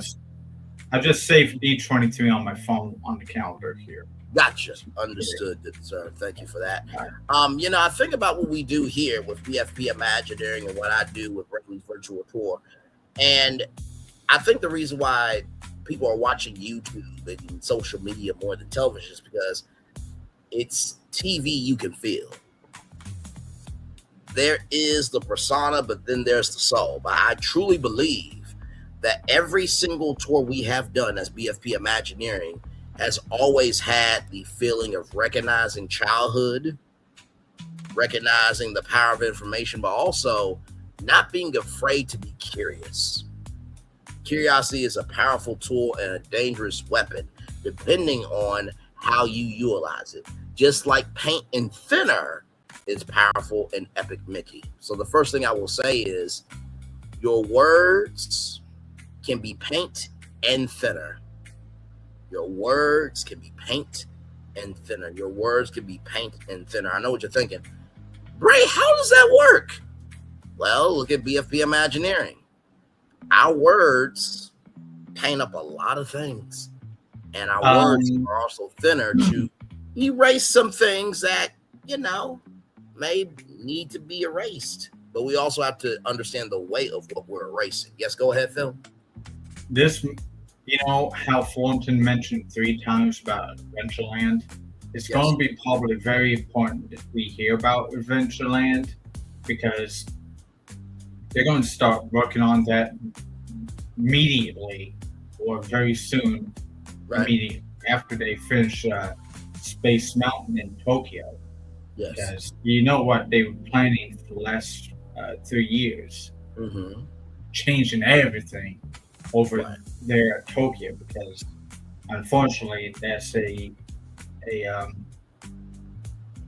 surrounded by water as it used to be like a dock in Tokyo. Right. So they have to reimagine that Adventureland over there for a upride, another ride, maybe a third Lion King as well. Yeah. Oh, okay. Lion King. Yeah. Okay. Yeah. We're going to probably look at that's going to be probably mentioned. I don't know. I'm not sure. I just know that Upwards are there for number 1. Right. And something else, but things that stuck in my mind that was being removed was Jungle Cruise, unfortunately, which is okay. Swiss Family Robinson. Yeah, okay, I see that going. Sure. Right. No, absolutely. So they decided to remove Jungle Cruise rather than change it up because one of my ideas was to retheme Jungle Cruise to the Jungle Book. Well, that's the thing. I mean, I just said I'm just trying to find ways to have Jungle Book in the Walt Disney World. So it's either you have it in India, but India would need a new pavilion, and then in Animal Kingdom, unless you change that River Rapids ride, but I don't know if that River Rapids ride is. Well, I'm just talking about perfect Japan. enough for it. Oh, Japan, yeah. Yeah, Japan is what I'm talking about, not Disney World. I mean, I know. Yeah. With you guys, I have like 10 acres behind Pirates, being that they removed the tracks already. Right. You like that damn thing, and voila, ta-da. Yes. And we wouldn't have to sacrifice a ride like you guys like to do all the time. People are sick of that. No, absolutely.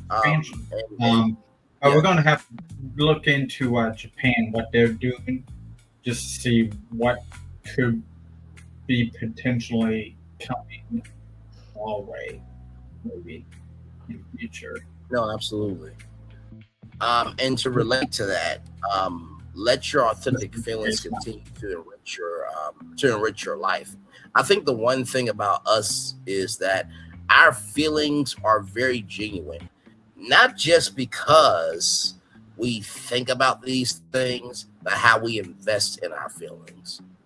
I want you to think about that for a second. And I want to say that our projects, we sometimes these projects we really feel them, but we care. The reason why we work, before we ever present something, it doesn't matter. Like for Phil, sometimes it takes months to get something done or that, because we really care about what we're coming up with, and what we come up with, we really care about. Brain would care about the prompts, or I would care about the conceptual art. And someone mentioned to me that if we didn't have, God gave us feelings, because otherwise we would be a robot. But the feelings that we are given, and of course it's our purpose is not to just go with feelings all day, because it would be like a roller coaster, up and down. But whenever you have feelings, like if you feel that you want to cry because you went through something by yourself, feel it. You're only gonna get through you're only gonna get through the other side if you just feel it. There's so many people that they just hold on to their feelings, and they compartment, and then it stays stuck in until one day it's gonna have to come out. It's gonna come out somehow or another. So there's a positive in there. There's a reason why we are meant to feel, but we're not meant to. But we are meant to feel. But at the end, whatever we feel has to be because we care, and not because we feel this and we feel that. Otherwise, we'd be feeling all day, and then you'd be feeling the wrong things too. So. Oh no, absolutely. And to that point, the third thing I want to say to all of you is the feelings you love, the ones you despise, and all those in between arise because you care. And it's a good, empowering thing to care. Sometimes when we don't care, there are consequences for not caring about things. And had it not been for people caring about how to evolve, how to help, how to uplift, we wouldn't be where we are. So to me, with every tour that we do on Brainley's Virtual Tour Live, and with every, creative idea that BFP Imagineering has, we are empowering all of you and ourselves to know that, hey, us caring about Disney allows Disney to know that, hey, y'all not done yet.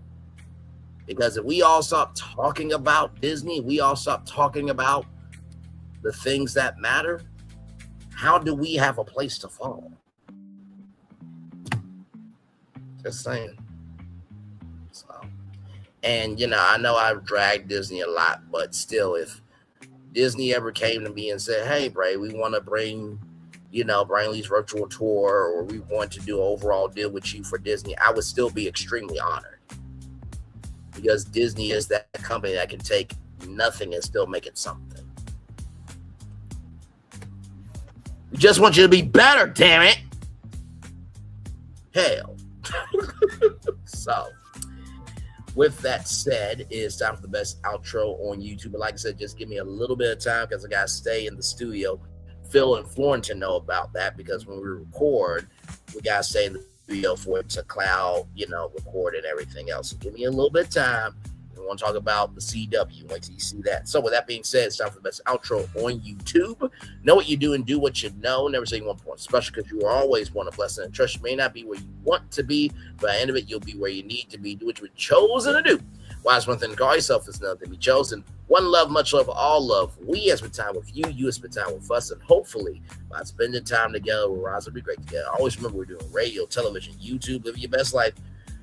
Or child, you're just saying, listen, a schedule is great, but make sure that what you're giving to the fans is something that they actually want to embrace. Make sure the replay is not just ready for you to watch it, not just ready to listen to it, but if you want to experience it again. We love you, we value, we embrace you all. Always remember, see love you gotta give it, or see love you gotta give it, or see love you gotta give it. Wherever obstacles you will overcome, where successes you have achieved upon this particular day, we are extremely proud. But no one else is proud of you, be proud of you, damn. So finally, y'all listen. I would just like to think that for all of the fans that have as many complaints about Disney and about anything, everything, like just because people complain doesn't mean they're not grateful. Maybe they just want things to be better. And closed mouths don't get fed. So instead of thinking that people are ungrateful for something, how about you listen to the why? Because out of that why, you may learn the how to create a solution. Just a thought. Commercial break and fireworks are coming your way for the day that was, for the day that is to come, and for the blessings on the way for you, me, all of us, as a society, as people, as culture. We feel the love, and we send it right back to you. Good night, everybody. I will see you all here in just a little bit. CW, I got a plan for them. They desperately need some brainlinization, and I got it for them coming up. We'll see you soon. Love y'all. Bye. Great show, guys. Love y'all very much. All right, bye. Yeah.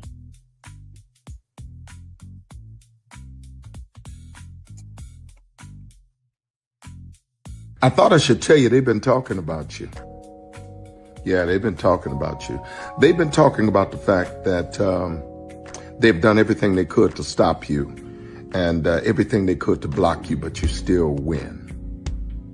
They've been talking about the fact that they have undermined your success and they have tried to sabotage your seasons, but you keep winning. They've been talking about the fact that even though they don't like each other, they get together to try to kill you, but you keep winning. They've been talking about the fact that you were voted least likely to succeed, but like cream, you keep rising to the top.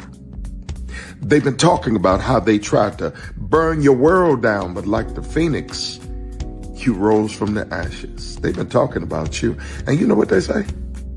Oh, she's just lucky. He's just lucky. But no, you ain't lucky. You're anointed. You got something on you. You got favor on you. You got power on you. You were born to win. Now they can call it luck, but it's grace. They can call it luck, but it's favor. But whatever they call it, it doesn't matter, because you know what God calls you? Do you know what God calls you? A winner. I thought I should tell you, they've been talking about you. Yeah, they've been talking about you. They've been talking about the fact that they've done everything they could to stop you and everything they could to block you, but you still win. They've been talking about the fact that they have undermined your success and they have tried to sabotage your seasons, but you keep winning. They've been talking about the fact that even though they don't like each other, they get together to try to kill you, but you keep winning. They've been talking about the fact that you were voted least likely to succeed, but like cream, you keep rising to the top. They've been talking about how they tried to burn your world down, but like the phoenix, you rose from the ashes. They've been talking about you. And you know what they say? Oh, she's just lucky. He's just lucky. But no, you ain't lucky. You're anointed. You got something on you. You got favor on you. You got power on you. You were born to win. Now they can call it luck, but it's grace. They can call it luck, but it's favor. But whatever they call it, it doesn't matter, because you know what God calls you? Do you know what God calls you? A winner. I thought I should tell you, they've been talking about you. Yeah, they've been talking about you. They've been talking about the fact that they've done everything they could to stop you and everything they could to block you, but you still win. They've been talking about the fact that they have undermined your success and they have tried to sabotage your seasons, but you keep winning. They've been talking about the fact that even though they don't like each other, they get together to try to kill you, but you keep winning. They've been talking about the fact that you were voted least likely to succeed, but like cream, you keep rising to the top. They've been talking about how they tried to burn your world down, but like the phoenix, you rose from the ashes. They've been talking about you. And you know what they say? Oh, she's just lucky. He's just lucky. But no, you ain't lucky. You're anointed. You got something on you. You got favor on you. You got power on you. You were born to win. Now they can call it luck, but it's grace. They can call it luck, but it's favor. But whatever they call it, it doesn't matter, because you know what God calls you? Do you know what God calls you? A winner.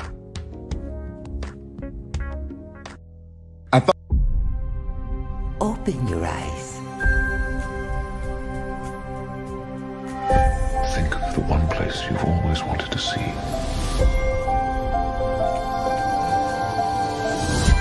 This is where our magic comes from? They say if you dream a thing more than once, Please, please, please. it's sure to come true. Everything you see exists together in the great circle of life. There are stories about what happened. It's true. All of it. In every job that must be done, there is an element of fun. I told you she was tricky.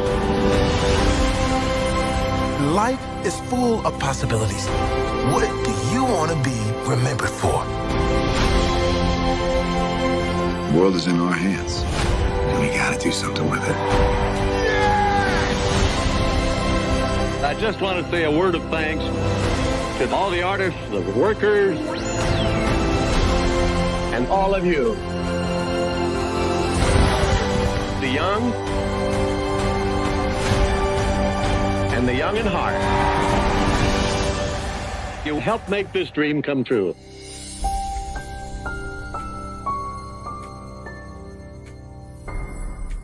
Because here's the thing, a good streamer can find other content. Because here's the thing, a good streamer can find other content.